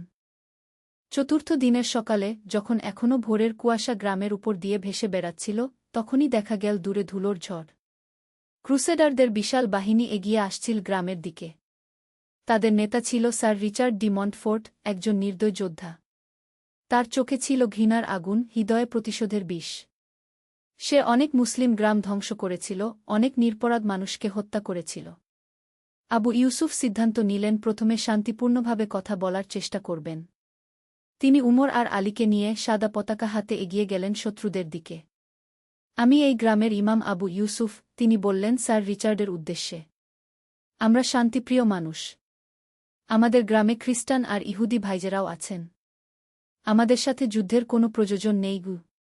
স্যার রিচার্ড ঠান্ডা গলায় বলল, তোমরা সবাই মুসলমান। তোমাদের অস্তিত্বই একটা পাপ। হয় তোমরা খ্রিস্টান ধর্ম গ্রহণ কর, নয়তো মরার জন্য প্রস্তুত হও। আবু ইউসুফের চোখে দুঃখের ছায়া। আমাদের ধর্ম আমাদের শেখায় যে ধর্মে কোনো জবরদস্তি নেই। আমরা আপনাদের ধর্মকে সম্মান করি, আপনারাও আমাদের ধর্মকে সম্মান করুন। সম্মান? স্যার রিচার্ড হেসে উঠল। তোমাদের সাথে কোনো আলোচনা নেই। আত্মসমর্পণ কর, নয়তো তোমাদের গ্রাম জ্বালিয়ে দেবগু। আবু ইউসুফ বুঝলেন শান্তিপূর্ণ সমাধান সম্ভব নয়। তিনি দৃঢ় কণ্ঠে বললেন, তাহলে আমরা আমাদের ঘর, আমাদের পরিবার, আমাদের ধর্মকে রক্ষা করার জন্য যুদ্ধ করব। কিন্তু আল্লাহর রাস্তায়, ন্যায়ের রাস্তায়। চতুর্থ পর্ব, প্রথম যুদ্ধ। গ্রামে ফিরে এসে আবু ইউসুফ সবাইকে জানালেন যুদ্ধ অনিবার্য। কিন্তু তিনি সবাইকে মনে করিয়ে দিলেন ইসলামের যুদ্ধের নীতিমালা। মনে রাখবেন, তিনি বললেন, আমরা ন্যায়ের জন্য যুদ্ধ করছি, প্রতিশোধের জন্য নয়। আমরা শুধু যোদ্ধাদের সাথে যুদ্ধ করব, নিরপরাধ মানুষদের ক্ষতি করব না। আমরা কোনো গির্জা বা উপাসনালয় ধ্বংস করব না। আমরা কোনো গাছ কাটব না, কোনো ফসল নষ্ট করব না। আমরা মুসলমান, আমাদের যুদ্ধেরও নীতি আছে। প্রথম আক্রমণ এল সকাল 10টার সময়। ক্রুসেডারদের ঘোড়সওয়ার বাহিনী এগিয়ে এল গ্রামের দিকে। কিন্তু গ্রামবাসীরা প্রস্তুত ছিল। উমর নেতৃত্ব দিল তীরন্দাজদের। তাদের তীর এত নিখুঁত ছিল যে শত্রুরা কাছাকাছি আসতে পারল না। আলী আর তার সঙ্গীরা গ্রামের প্রবেশপথ পাহারা দিল। যুদ্ধের প্রতিটি মুহূর্তে তারা আল্লাহু আকবার কি ধ্বনি দিত। এই তাকবীর তাদের সাহস দিত, তাদের মনে করিয়ে দিত যে তারা একা নয়, আল্লাহ তাদের সাথে। প্রথম দিনের যুদ্ধে শত্রুরা পিছু হটতে বাধ্য হল। কিন্তু আবু ইউসুফ জানতেন এটা শুধু শুরু। আরও কঠিন দিন আসছে। রাতে যখন সবাই ক্লান্ত, তখন আবু ইউসুফ মসজিদে বিশেষ নামাজের আয়োজন করলেন। তিনি কুরআনের সেই আয়াত পড়লেন, হে যারা ঈমান এনেছ, তোমরা যখন কোনো দলের মুখোমুখি হও, তখন অবিচল থাক এবং আল্লাহকে বেশি বেশি স্মরণ কর, যাতে তোমরা সফলকাম হতে পারো। সূরা আনফাল ৪-৫। পঞ্চম পর্ব, পরীক্ষার রাত। দ্বিতীয় দিনের রাতে ঘটল এক অপ্রত্যাশিত ঘটনা। ক্রুসেডার বাহিনীর একজন যুবক সৈনিক, নিকোলাস, লুকিয়ে এল গ্রামে। সে আহত ছিল, তার পা থেকে রক্ত ঝরছিল। আলী প্রথম তাকে দেখতে পেল। নিকোলাসকে দেখে আলীর প্রথম প্রবণতা ছিল তাকে বন্দী করা বা মেরে ফেলা। কিন্তু তার মনে পড়ল বাবার কথা, ইসলাম আহতদের সাহায্য করতে শেখায়। আলী নিকোলাসকে মসজিদে নিয়ে এল। আবু ইউসুফ তার ক্ষত পরিষ্কার করে পট্টি বাঁধলেন। কেন তুমি আমাদের সাহায্য করছ? নিকোলাস অবাক হয়ে জিজ্ঞেস করল। আমি তো তোমাদের শত্রুগু। তুমি একজন আহত মানুষ। আবু ইউসুফ মৃদু হেসে বললেন, আমাদের ধর্ম আমাদের শেখায় মানুষের সেবা করতে, তার ধর্ম যাই হোক না কেন। নিকোলাস চোখের পানি ফেল। কিন্তু আমাদের বলা হয়েছিল তোমরা নিষ্ঠুর, তোমরা অমানুষ গো। বেটা, আবু ইউসুফ বললেন, মানুষের মধ্যে ভালো মন্দ দুটোই আছে। ধর্ম দেখায় ভালো পথ। কিন্তু কিছু মানুষ নিজেদের স্বার্থের জন্য ধর্মকে ভুল পথে ব্যবহার করে। কি? সেই রাতে নিকোলাস আবু ইউসুফের কাছ থেকে ইসলাম সম্পর্কে অনেক কিছু শুনল মানবতার কথা, ভালোবাসার কথা, ন্যায়ের কথা। পরদিন সকালে নিকোলাস বলল, আমি ফিরে যেতে চাই আমার বাহিনীতে। কিন্তু আমি তাদের বলব, তোমরা যেমন মানুষ। আমি চেষ্টা করব শান্তি আনার। ষষ্ঠ পর্ব, বিশ্বাসঘাতকতা। কিন্তু নিকোলাসের চেষ্টা ব্যর্থ হল। স্যার রিচার্ড তাকে বিশ্বাসঘাতক বলে অভিযুক্ত করল। নিকোলাসকে বন্দী করে ফেলা হল। তৃতীয় দিনে স্যার রিচার্ড আরও ভয়ঙ্কর পরিকল্পনা করল। সে গ্রামের পানির উৎসে বিষ মেশানোর চেষ্টা করল। এছাড়া সে রাতের অন্ধকারে গ্রামের চারপাশে আগুন ধরিয়ে দেওয়ার পরিকল্পনা করল। কিন্তু আল্লাহর রহমতে এই পরিকল্পনা আগেই ফাঁস হয়ে গেল। উমর আর তার সঙ্গীরা শত্রুদের ঠেকিয়ে দিল। এই ঘটনার পর আবু ইউসুফ বুঝলেন যে শত্রুরা যে কোনো নিচু পথ অবলম্বন করতে পারে। তিনি সিদ্ধান্ত নিলেন আরও সাবধান হওয়ার। আমাদের সাবধান হতে হবে, তিনি সবাইকে বললেন, কিন্তু আমরা আমাদের নীতি থেকে সরে আসব না। আমরা তাদের মতো নিচু পথে নামব না। সপ্তম পর্ব, সবচেয়ে কঠিন যুদ্ধ। চতুর্থ দিনে এল সবচেয়ে বড় আক্রমণ। স্যার রিচার্ড তার সব শক্তি নিয়ে ঝাঁপিয়ে পড়ল গ্রামের উপর। যুদ্ধ শুরু হল ফজরের আগে। আবু ইউসুফ, উমর, আলী সবাই তাদের অবস্থানে। যুদ্ধের এক পর্যায়ে উমর গুরুতর আহত হল। তলবারের আঘাতে তার বুক কেটে গেল। আলী তাকে নিরাপদ জায়গায় নিয়ে গেল। আলী, উমর ক্ষীণ কণ্ঠে বলল, আমার মনে হচ্ছে আমার সময় শেষ। তুমি আব্বার পাশে থেকো। ভাই, তুমি সুস্থ হয়ে উঠবে, আলী কাঁদতে কাঁদতে বলল। আলী, মনে রাখিস, আমরা যদি মারা যাই আমরা শহীদ। আর যদি বেঁচে থাকি আমরা গাজী। দুটোতেই আল্লাহর রহমত। এই কথা বলে উমর তার শেষ শ্বাস ত্যাগ করল। আলী ভাইজের মৃত্যুতে ভেঙে পড়ল। কিন্তু বাবার কথা মনে পড়ল, কঠিন সময়ে পরীক্ষা হয় আমাদের ঈমানের। অষ্টম পর্ব, অলৌকিক সাহায্য। উমরের মৃত্যুর পর গ্রামবাসীদের মনোবল ভেঙে গেল। মনে হচ্ছিল পরাজয় অবশ্যম্ভাবী। কিন্তু ঠিক এই মুহূর্তে ঘটল এক অবিশ্বাস্য ঘটনা। দূর থেকে ভেসে এল ঘোড়ার খুরের আওয়াজ। কিন্তু এবার সেটা শত্রুদের নয়, মুসলিম মুজাহিদদের। ইউসুফ ইবনে তাশফিনের নেতৃত্বে একদল মুজাহিদ এসেছিল সাহায্যের জন্য। তারা অন্য গ্রাম থেকে সংবাদ পেয়ে এসেছিল। আল্লাহু আকবার চিৎকারে ভেঙে পড়ল গ্রামের চারপাশ। এই অপ্রত্যাশিত সাহায্যে ক্রুসেডারদের বাহিনী বিপর্যস্ত হয়ে পড়ল। স্যার রিচার্ড বুঝল পরিস্থিতি তার বিপক্ষে। যুদ্ধের মোড় ঘুরে গেল। কিন্তু আবু ইউসুফ এখনও সংযত থাকলেন। তিনি অনুসারীদের বললেন, আমরা জিতছি, কিন্তু আমরা নিষ্ঠুর হব না। যারা আত্মসমর্পণ করে তাদের ক্ষমা করে দেবগু। নবম পর্ব, ক্ষমা ও করুণা। যুদ্ধের শেষ দিকে স্যার রিচার্ড আহত হয়ে মাটিতে পড়ে গেল। আলী তার কাছে গিয়ে তলবার তুলল। এই লোকই আমার ভাইকে মেরেছে, আলী মনে মনে ভাবল। কিন্তু তার মনে পড়ল রাসূল এর কথা, যে ব্যক্তি রহমত করে না তার প্রতি রহমত করা হয় না। আলী তলবার নামিয়ে নিল। তুমি আহত, আমি তোমাকে হত্যা করব না। স্যার রিচার্ড অবাক হয়ে তাকাল। কেন? তোমার ভাইকে তো আমার লোকেরা আমার ভাই শহীদ হয়েছে। আল্লাহ তার ভাল করবেন, কিন্তু আমি প্রতিশোধ নেব না। আমাদের ধর্ম আমাদের ক্ষমা করতে শেখায়। এই ঘটনায় স্যার রিচার্ডের মন পরিবর্তন হতে শুরু করল। 10ম পর্ব, নতুন সূর্যোদয়। যুদ্ধ শেষ হল। ক্রুসেডার বাহিনী পিছু হটল। কিন্তু স্যার রিচার্ড আর নিকোলাস থেকে গেল গ্রামে। আবু ইউসুফ তাদের চিকিৎসার ব্যবস্থা করলেন। ধীরে ধীরে তাদের মন পরিবর্তন হতে লাগল। আমি এতদিন ভুল পথে ছিলাম, স্যার রিচার্ড একদিন বলল। তোমরা আমাদের চেয়েও ভালো মানুষ। আবু ইউসুফ মৃদু হাসলেন। আমরা ভালো বা মন্দ নই, আমরা শুধু আল্লাহর পথে চলার চেষ্টা করি। আমাদের ধর্ম আমাদের শেখায় সব মানুষকে ভালোবাসতে। কয়েকদিন পর স্যার রিচার্ড একটি চমকপ্রদ সিদ্ধান্ত নিল। সে ঘোষণা করল, আমি ইসলাম গ্রহণ করতে চাই। পুরো গ্রাম অবাক হয়ে গেল। যে মানুষটি কিছুদিন আগে তাদের হত্যা করতে এসেছিল, সেই মানুষটি এখন তাদের ভাই হতে চায়। আবু ইউসুফ তাকে বললেন, এটা খুবই গুরুত্বপূর্ণ সিদ্ধান্ত। তুমি নিশ্চিত? হ্যাঁ, স্যার রিচার্ড দৃঢ়ভাবে বলল। আমি তোমাদের আচরণ দেখে বুঝেছি সত্যিকারের ধর্ম কি। তোমরা শত্রুদেরও ক্ষমা করেছ, আহতদের সেবা করেছ। এটাই সত্যিকারের আল্লাহর পথ। সেদিন মাগরিবের নামাজের সময় স্যার রিচার্ড কালিমা পড়ল। আশহাদু আল্লাহ ইলাহা ইল্লাল্লাহু ওয়া আশহাদু আন্না মুহাম্মাদান রাসূলুল্লাহ। সে নতুন নাম নিল, আব্দুর রহমান। নিকোলাসও কয়েকদিন পর একই সিদ্ধান্ত নিল। সে নাম নিল ইব্রাহিম। 11 পর্ব, নতুন জীবনের শুরু। মাসখানেক পর গ্রামে স্বাভাবিক জীবন ফিরে এল। কিন্তু এবার এটা আরও সুন্দর ছিল। যুদ্ধ সবাইকে একসাথে এনেছিল। আব্দুর রহমান, প্রাক্তন স্যার রিচার্ড, এখন গ্রামের নিরাপত্তার দায়িত্ব নিল। তার যুদ্ধের অভিজ্ঞতা কাজে লাগল গ্রামকে ভবিষ্যতের আক্রমণ থেকে রক্ষা করতে। ইব্রাহিম, প্রাক্তন নিকোলাস, শুরু করল ইসলামিক স্কুলে পড়াশোনা। সে চাইত একজন ভালো মুসলমান হতে। একদিন আব্দুর রহমান আবু ইউসুফের কাছে এল। ইমাম সাহেব, আমার একটা স্বপ্ন আছে। কি স্বপ্ন? আমি চাই ইউরোপে ফিরে গিয়ে মানুষদের সত্যিকারের ইসলাম সম্পর্কে বলতে। তাদের বোঝাতে চাই যে মুসলমানরা শত্রু নয়, বরং শান্তিপ্রিয় মানুষ। আবু ইউসুফের চোখে আনন্দের পানি। এটাই তো আসল জিহাদ। তলবার দিয়ে নয়, ভালোবাসা আর সত্য দিয়ে মানুষের হৃদয় জয় করা। 10 পর্ব, বিদায়ের সময়।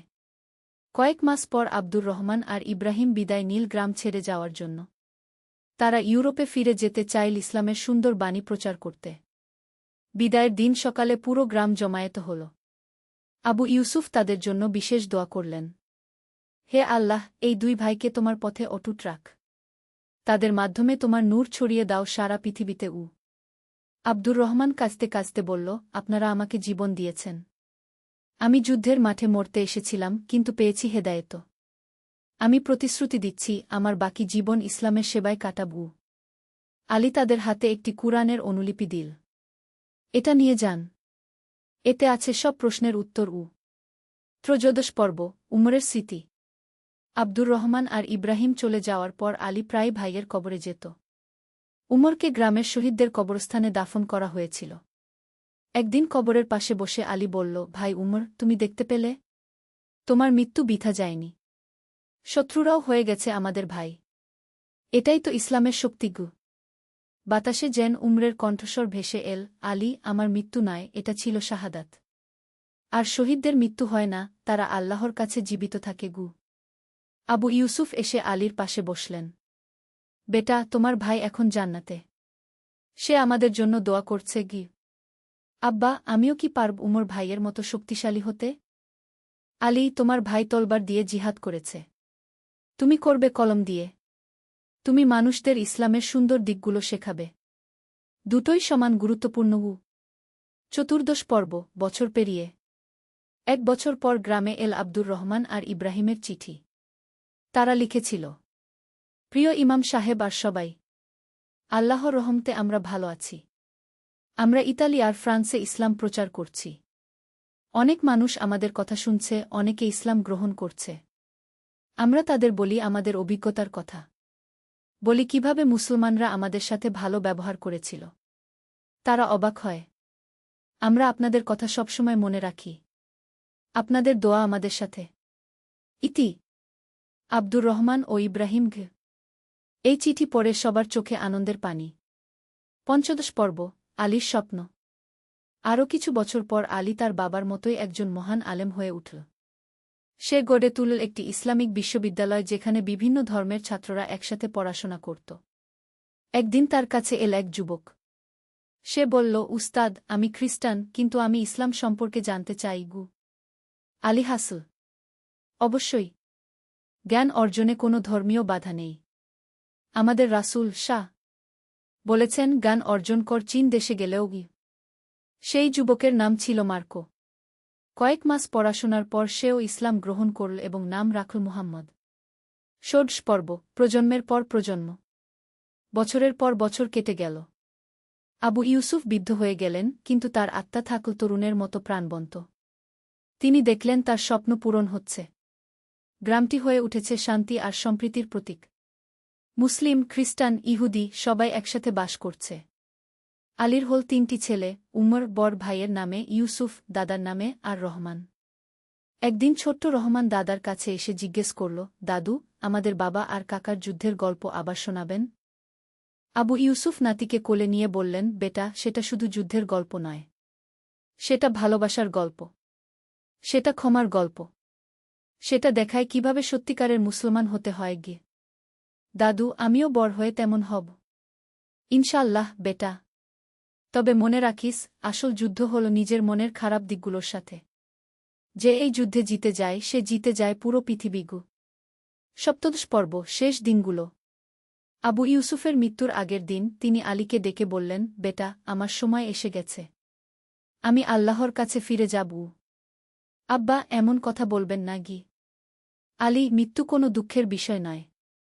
এটা আল্লাহর কাছে ফেরার পথ। আমি তোমার ভাই উমরের সাথে দেখা করব।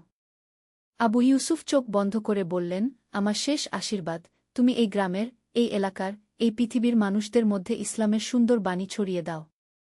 মনে রাখিস, আমাদের কাজ হল মানুষকে আল্লাহর কাছাকাছি নিয়ে যাওয়া, তাদের থেকে দূরে ঠেলে দেওয়া নয় গ। পরের দিন ফজরের নামাজের পর আবু ইউসুফ আল্লাহর কাছে চলে গেলেন। অষ্টাদশ পর্ব, অমর উত্তরাধিকার।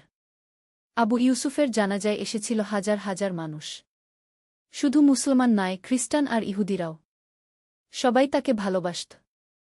আব্দুর রহমান আর ইব্রাহিম ইউরোপ থেকে এসেছিল জানাজায় অংশ নিতে। তারা এখন বিখ্যাত দায়ী, ইসলাম প্রচারক। জানাজার নামাজে আলী বলল, আমার আব্বা বলতেন, মানুষ দুইভাবে বেঁচে থাকে। একটা হল শরীর দিয়ে, আরেকটা হল তার ভালো কাজের মাধ্যমে। আমার আব্বার শরীর চলে গেছে, কিন্তু তার আদর্শ, তার শিক্ষা আমাদের মাধ্যমে বেঁচে থাকবে যুগ যুগ ধরে গিয়ে। কবরের পাশে দাঁড়িয়ে আব্দুর রহমান বলল, ইমাম সাহেব, আপনি আমাকে শুধু ইসলাম দেননি, নতুন জীবন দিয়েছেন। আমি প্রতিশ্রুতি দিচ্ছি, আপনার এই মিশন চালিয়ে যাবগু। নিমবিংশ পর্ব, পরবর্তী প্রজন্ম। ২০ বছর পর আলীর ছেলে উমর দ্বিতীয় হয়ে উঠেছিল একজন বিখ্যাত আলেম। সে প্রতিষ্ঠা করেছিল আন্তর্ধর্মীয় সংলাপ কেন্দ্র। একদিন সেখানে এল এক যুবতী, নাম মারিয়া। সে ছিল খ্রিস্টান। সে বলল, আমি শুনেছি এই গ্রামের ইতিহাসের কথা। কিভাবে একটা যুদ্ধ পরিণত হয়েছিল শান্তিতে। এটা কি সত্যি? উমর দ্বিতীয় হাসল। শুধু সত্যিই নয়, এটা এখনও চলমান। আমার দাদা বলতেন, প্রতিটি প্রজন্মকে নতুন করে এই লড়াই করতে হয়, ঘৃণার বিরুদ্ধে ভালোবাসার লড়াই। মারিয়া কয়েক মাস গ্রামে থাকল, ইসলাম সম্পর্কে জানল। শেষে সেও ইসলাম গ্রহণ করল এবং নাম রাখল আয়শা। আয়শা পরে হয়ে উঠল একজন বিখ্যাত লেখিকা, যে লিখেছিল আবু ইউসুফের জীবনী কি সত্যের আলো গু। বিংশ পর্ব, চূড়ান্ত বার্তা। আজকের দিনেও শত শত বছর পর সেই গ্রামে দাঁড়িয়ে আছে আবু ইউসুফের মসজিদ। তার পাশেই উমর প্রথম এর সমাধি, যেখানে লেখা আছে, এখানে শুয়ে আছেন উমর ইবনে আবু ইউসুফ, যিনি শহীদ হয়েছিলেন সত্যের পথে। তার মৃত্যু হাজারো হৃদয়ে জ্বালিয়ে দিয়েছিল ইসলামের আলো গু।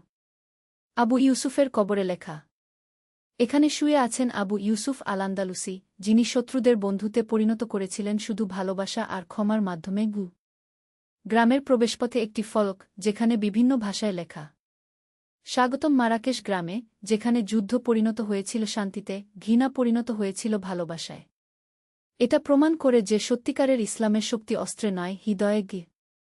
প্রতি বছর এই গ্রামে আসে হাজার হাজার মানুষ, মুসলমান, খ্রিস্টান, ইহুদি, হিন্দু, বৌদ্ধ। তারা আসে শিখতে কিভাবে ভিন্ন ধর্মের মানুষরা একসাথে শান্তিতে বসবাস করতে পারে। উপসংহার: চিরন্তন শিক্ষা। এই গল্পের শেষ নেই, কারণ এর বার্তা চিরন্তন। আবু ইউসুফ, উমর, আলী, তারা আমাদের শিখিয়েছে যে ১. সত্যিকারের জিহাদ হল নিজের মনের মধ্যকার অন্যায়ের বিরুদ্ধে।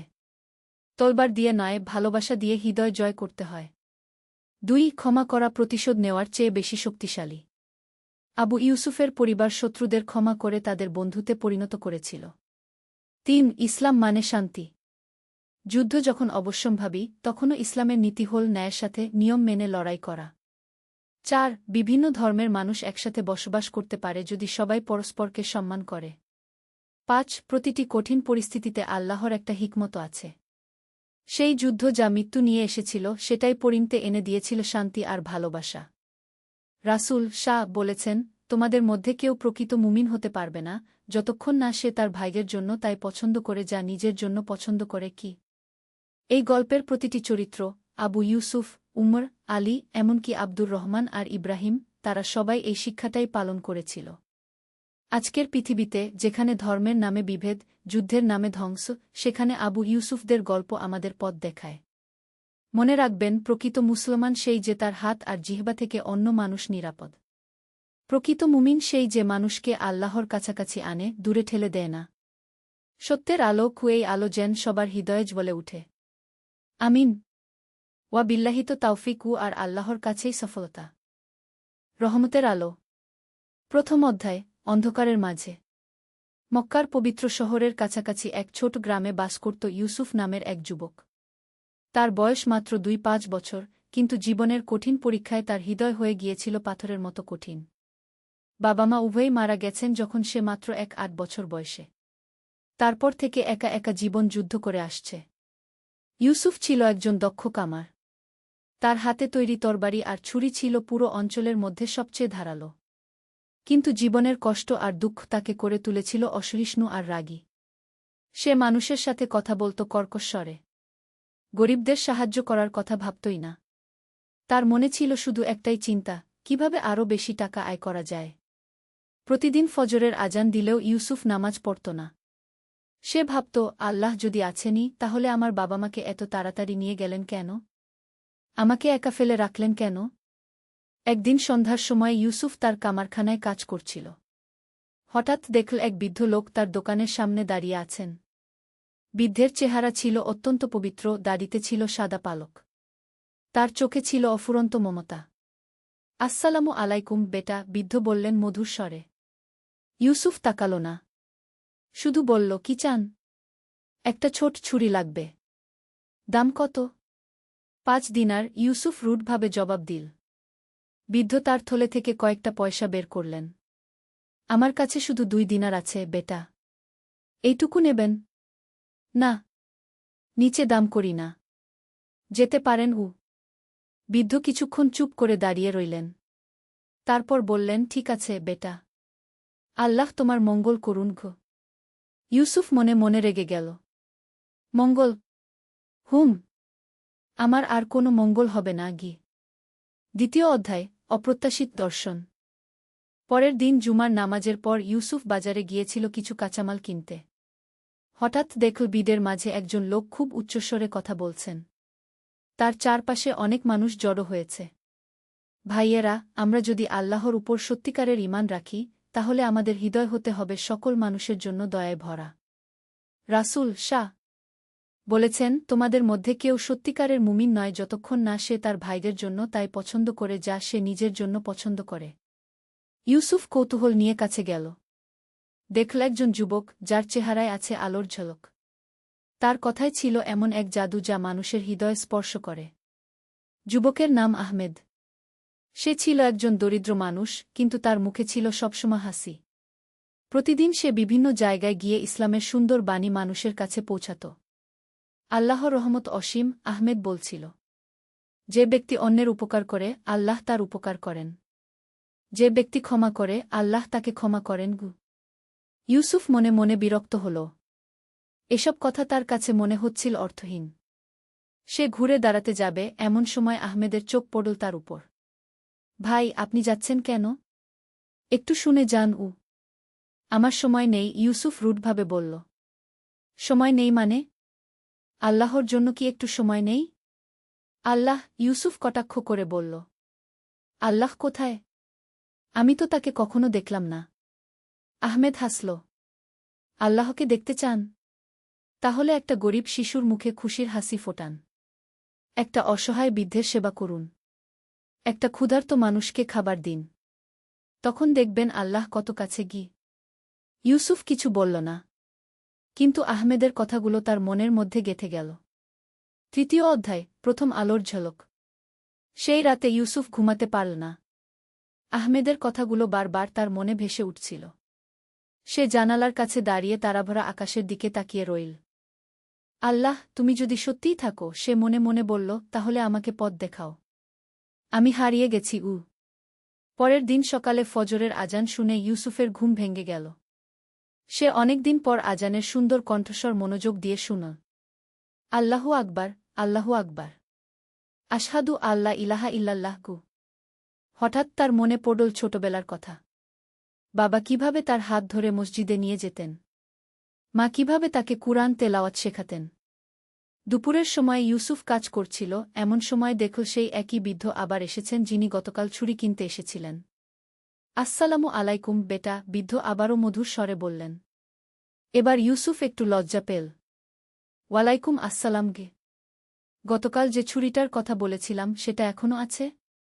ইউসুফ মনে মনে দ্বিধায় পড়ল। বৃদ্ধের কাছে তো 5 দিনার নেই। কিন্তু আজ কেন জানি তার মন অন্যরকম লাগছে। আজ্ঞে হ্যাঁ, আছে কি বলে ইউসুফ একটা সুন্দর ছুরি বের করল। আমার কাছে আজও 2 দিনার আছে, বৃদ্ধ বিনীতভাবে বললেন। ইউসুফ কিছুক্ষণ চুপ করে রইল। তারপর বলল, ঠিক আছে, 2 দিনারেই নিয়ে যান গু। বৃদ্ধের চেহারায় আনন্দের ঝলক ফুটে উঠল। আল্লাহ তোমার ভালো করুক বেটা। আমি তোমার জন্য দোয়া করব। ইউসুফ প্রথমবারের মতো অনুভব করল মনের মধ্যে একটা অন্যরকম প্রশান্তি। চতুর্থ অধ্যায়, পরিবর্তনের শুরু। সেই ঘটনার পর থেকে ইউসুফের মনের মধ্যে ধীরে ধীরে পরিবর্তন আসতে লাগল। সে প্রতিদিন আহমেদের ওয়াজ শুনতে যেতে লাগল। একদিন আহমেদ বলছিল, রাসূল শাহ এর একটি হাদিসের কথা।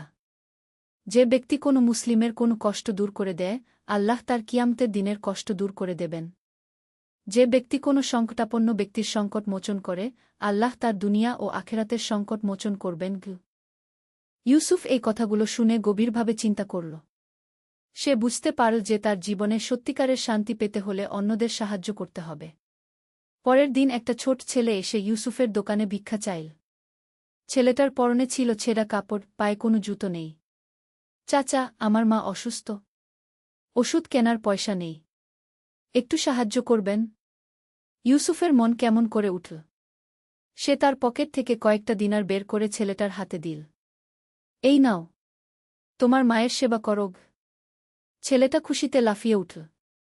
আল্লাহ আপনার মঙ্গল করুক চাচা।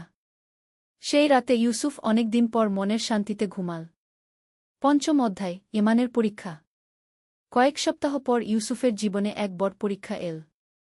তার কামারখানায় আগুন লেগে গেল। সব সরঞ্জাম পুড়ে ছাই হয়ে গেল। ক্ষতির পরিমাণ প্রায় 100 দিনার। প্রথমে ইউসুফ হতাশায় ভেঙে পড়ল। সে ভাবল, আবার সেই আগের মতো অবস্থা। আল্লাহ কেন আমার সাথে এমন করলেন? কিন্তু তারপরই তার মনে পড়ল আহমেদের একটি কথা, আল্লাহ যাকে ভালোবাসেন তাকে পরীক্ষা করেন। পরীক্ষার মাধ্যমেই বান্দা আল্লাহর আরও কাছে চলে যায়। ইউসুফ সিদ্ধান্ত নিল যে সে হাল ছাড়বে না। সে আল্লাহর উপর ভরসা রেখে আবার নতুন করে শুরু করবে। পরের দিন সকালে ইউসুফ মসজিদে গিয়ে ফজরের নামাজ পড়ল। অনেকদিন পর নামাজ শেষে সে মহান আল্লাহর কাছে দোয়া করল। হে আল্লাহ, আমি আপনার কাছে ক্ষমা চাই। আমি অনেক অন্যায় করেছি। এখন আপনার পথে ফিরে আসতে চাই। আমাকে সাহায্য করুন। ষষ্ঠ অধ্যায়, অলৌকিক সাহায্য।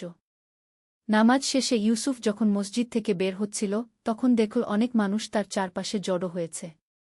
তাদের মধ্যে ছিল আহমেদ, সেই বৃদ্ধ যার কাছে সে কম দামে ছুরি বেচেছিল, এবং আরও অনেকে। আহমেদ এগিয়ে এসে বলল, ভাই ইউসুফ, আমরা শুনেছি তোমার দোকানে আগুন লেগেছে। আমরা সবাই মিলে তোমাকে সাহায্য করতে চাই।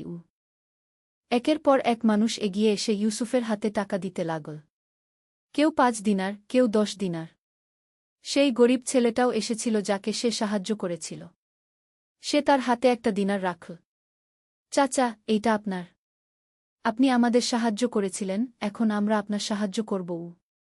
ইউসুফের চোখে পানি এসে গেল। সে বুঝতে পারল যে আল্লাহর রহমত সত্যিই অসীম। যারা অন্যের উপকার করে, আল্লাহ তাদের উপকার করেন।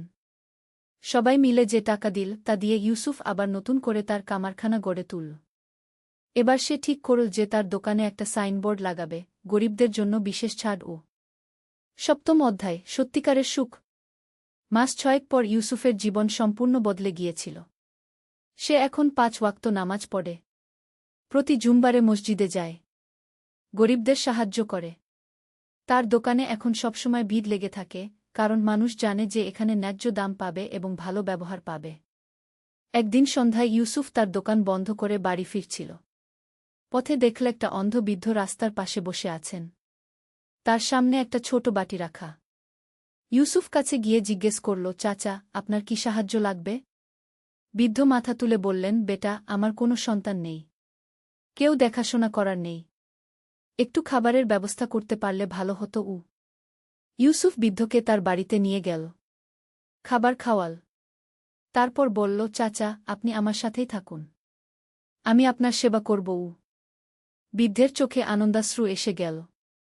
আল্লাহ তোমার মঙ্গল করুক, বেটা গি। সেই রাতে ইউসুফ অনুভব করল যে সত্যিকারের সুখ কি। টাকা পয়সা নয়, অন্যের সেবা করার মধ্যেই লুকিয়ে আছে জীবনের প্রকৃত আনন্দ। 8ম অধ্যায়, আধ্যাত্মিক উন্নতি। সময় গড়িয়ে চল। ইউসুফ এখন শুধু একজন কামার নয়, তার পরিচয় হয়েছে একজন সৎ ও দয়ালু মানুষ হিসেবে। তার দোকানে এখন আসে বিভিন্ন শ্রেণীর মানুষ। সবার সাথেই সে মিষ্টি কথা বলে। প্রতি রমজান মাসে সে গরিবদের মধ্যে ইফতার বিতরণ করে। প্রতি ঈদে নতুন কাপড় কিনে দেয় এতিম ছেলে মেয়েদের। জাকাত দেয় নিয়মিত। একদিন আহমেদ এসে বলল, ইউসুফ ভাই, আপনার পরিবর্তন দেখে আমি অভিভূত। আল্লাহ আপনার মধ্যে যে নূর দিয়েছেন তা এখন অন্যদের মধ্যেও ছড়িয়ে দিন।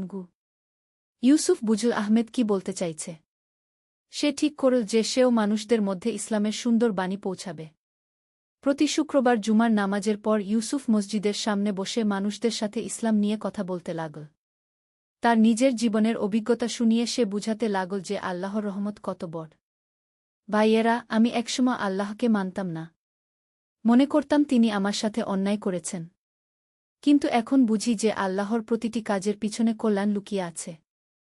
আমার বাবা মায়ের মৃত্যুও ছিল আমার জন্য একটা পরীক্ষা। সেই পরীক্ষায় উত্তীর্ণ হয়ে আমি আল্লাহর কাছাকাছি পৌঁছেছি। 9ম অধ্যায়, বিপদে ধৈর্য। ইউসুফের জীবন যখন সুন্দরভাবে চলছিল তখন আবার একটা বড় পরীক্ষা এল। যে অন্ধ বৃদ্ধকে সে সেবা করত তিনি হঠাৎ অসুস্থ হয়ে পড়লেন। ডাক্তার বলল, অনেক টাকা লাগবে চিকিৎসার জন্য। ইউসুফ তার সব সঞ্চয় খরচ করে বৃদ্ধের চিকিৎসা করাল। কিন্তু কিছুদিন পর বৃদ্ধ মারা গেলেন। তার মৃত্যুর আগে তিনি ইউসুফকে বলে গিয়েছিলেন, বেটা, তুমি আমার প্রকৃত সন্তানের মতো। আল্লাহ তোমার সব মনোবাসনা পূরণ করুন। বৃদ্ধের মৃত্যুতে ইউসুফ খুবই দুঃখিত হল। কিন্তু এবার সে ভেঙে পড়ল না। সে জানত যে মৃত্যু আল্লাহর পক্ষ থেকে আসে এবং সবাইকে একদিন তার কাছে ফিরে যেতে হবে। বৃদ্ধের জানাজায় অংশগ্রহণ করল এলাকার অনেক মানুষ। সবাই বলাবলি করছিল যে ইউসুফের মতো একজন সেবক পেয়ে বৃদ্ধ কত ভাগ্যবান ছিলেন। 10ম অধ্যায়, পুরস্কার। বৃদ্ধের মৃত্যুর কয়েকদিন পর একদিন ইউসুফের কাছে এক আইনজীবী এলেন। তিনি জানালেন যে মৃত বৃদ্ধের আসল নাম ছিল আব্দুর রহমান এবং তিনি ছিলেন একজন বিত্তবান ব্যবসায়ী। তার কোনো ওয়ারিশ না থাকায় সমস্ত সম্পত্তি তিনি ইউসুফের নামে লিখে দিয়ে গেছেন। ইউসুফ অবাক হয়ে গেল। তিনি জানতেন না যে যাকে তিনি একজন গরিব অসহায় মানুষ মনে করেছিলেন তিনি আসলে এত বিত্তবান ছিলেন। আইনজীবী বললেন, আব্দুর রহমান সাহেব তার উইলে লিখে গেছেন যে ইউসুফই তার একমাত্র উত্তরাধিকারী। তিনি আরও লিখেছেন যে ইউসুফের মতো দয়ালু আর সৎ মানুষ তিনি জীবনে দেখেননি। ইউসুফের চোখে পানি এসে গেল। তিনি বুঝতে পারলেন যে আল্লাহ তায়ালা তাকে কত বড় পুরস্কার দিয়েছেন তার সেবার জন্য। একাদশ অধ্যায় সম্পদের সদ্ব্যবহার। এই অপ্রত্যাশিত সম্পত্তি পেয়ে ইউসুফ প্রথমে কিছুটা দ্বিধায় পড়ে গেলেন। তিনি ভাবলেন, এত টাকা দিয়ে আমি কি করব? আমার তো সাদাসিধা জীবনযাত্রাতেই খুশি গু। সেই রাতে তিনি তাহাজ্জুদের নামাজে দাঁড়িয়ে আল্লাহর কাছে পথ চাইলেন। হে আল্লাহ, আপনি আমাকে এই সম্পদ দিয়েছেন। আমি কিভাবে এর সদ্ব্যবহার করব? পরের দিন সকালে আহমেদের কাছে গিয়ে সব কথা খুলে বললেন। আহমেদ বলল, ভাই, আল্লাহ আপনাকে এই সম্পদ দিয়েছেন মানুষের সেবার জন্য। এই টাকা দিয়ে আপনি আরও বেশি মানুষের উপকার করতে পারবেন। ইউসুফ ঠিক করলেন যে তিনি এই সম্পদ দিয়ে একটি দাতব্য প্রতিষ্ঠান গড়বেন, যেখানে এতিম ছেলেমেয়েদের পড়াশোনার ব্যবস্থা হবে, গরিবদের চিকিৎসার ব্যবস্থা হবে এবং অসহায় বৃদ্ধদের আশ্রয় পাবেন। তিনি তার সম্পত্তির একটি বড় অংশ দিয়ে খুরহমত ফাউন্ডেশন নামে একটি সংস্থা গড়লেন। এর মূল উদ্দেশ্য ছিল দরিদ্র ও অসহায়দের সেবা করা। দ্বাদশ অধ্যায় প্রভাব বিস্তার। ইউসুফের খুরহমত ফাউন্ডেশন খুব শীঘ্রই সারা অঞ্চলে পরিচিত হয়ে উঠল। সেখানে একটি স্কুল গড়া হল এতিম শিশুদের জন্য। একটি হাসপাতাল গড়া হল গরিব রোগীদের বিনামূল্যে চিকিৎসার জন্য। একটি আশ্রম গড়া হল অসহায় বৃদ্ধদের জন্য। ইউসুফ নিজে প্রতিদিন এই প্রতিষ্ঠানগুলো দেখাশোনা করতেন। তিনি এতিম বাচ্চাদের সাথে খেলতেন, অসুস্থ রোগীদের খোঁজখবর নিতেন, বৃদ্ধদের সাথে গল্প করতেন। একদিন একটি ছোট মেয়ে এসে ইউসুফের হাত ধরে বলল, চাচা, আমি আপনাকে অনেক ভালোবাসি। আপনার মতো হতে চাই। ইউসুফের মন ভরে গেল। তিনি বুঝলেন যে সত্যিকারের সফলতা এটাই, মানুষের হৃদয়ে জায়গা করে নেওয়া। বছরের পর বছর কেটে গেল। ইউসুফের প্রতিষ্ঠান আরও বড় হল। তিনি বিয়ে করলেন একজন ধর্মপ্রাণ মহিলাকে, যিনিও সমাজসেবায় আগ্রহী ছিলেন। তাদের ঘরে এল 3টি সন্তান। ইউসুফ তার সন্তানদের ছোটবেলা থেকেই শিখাতেন যে সম্পদ শুধু নিজের জন্য নয়, অন্যদের সেবার জন্য। ত্রয়োদশ অধ্যায় জীবনের সন্ধ্যায়। বৃদ্ধ বয়সে পৌঁছে ইউসুফ একদিন তার জীবনের দিকে ফিরে তাকালেন। তিনি দেখলেন কিভাবে একজন রাগী, স্বার্থপর মানুষ থেকে তিনি হয়ে উঠেছেন একজন দয়ালু, পরোপকারী মানুষ। তার প্রতিষ্ঠান এখন হাজার হাজার মানুষের সেবা করছে।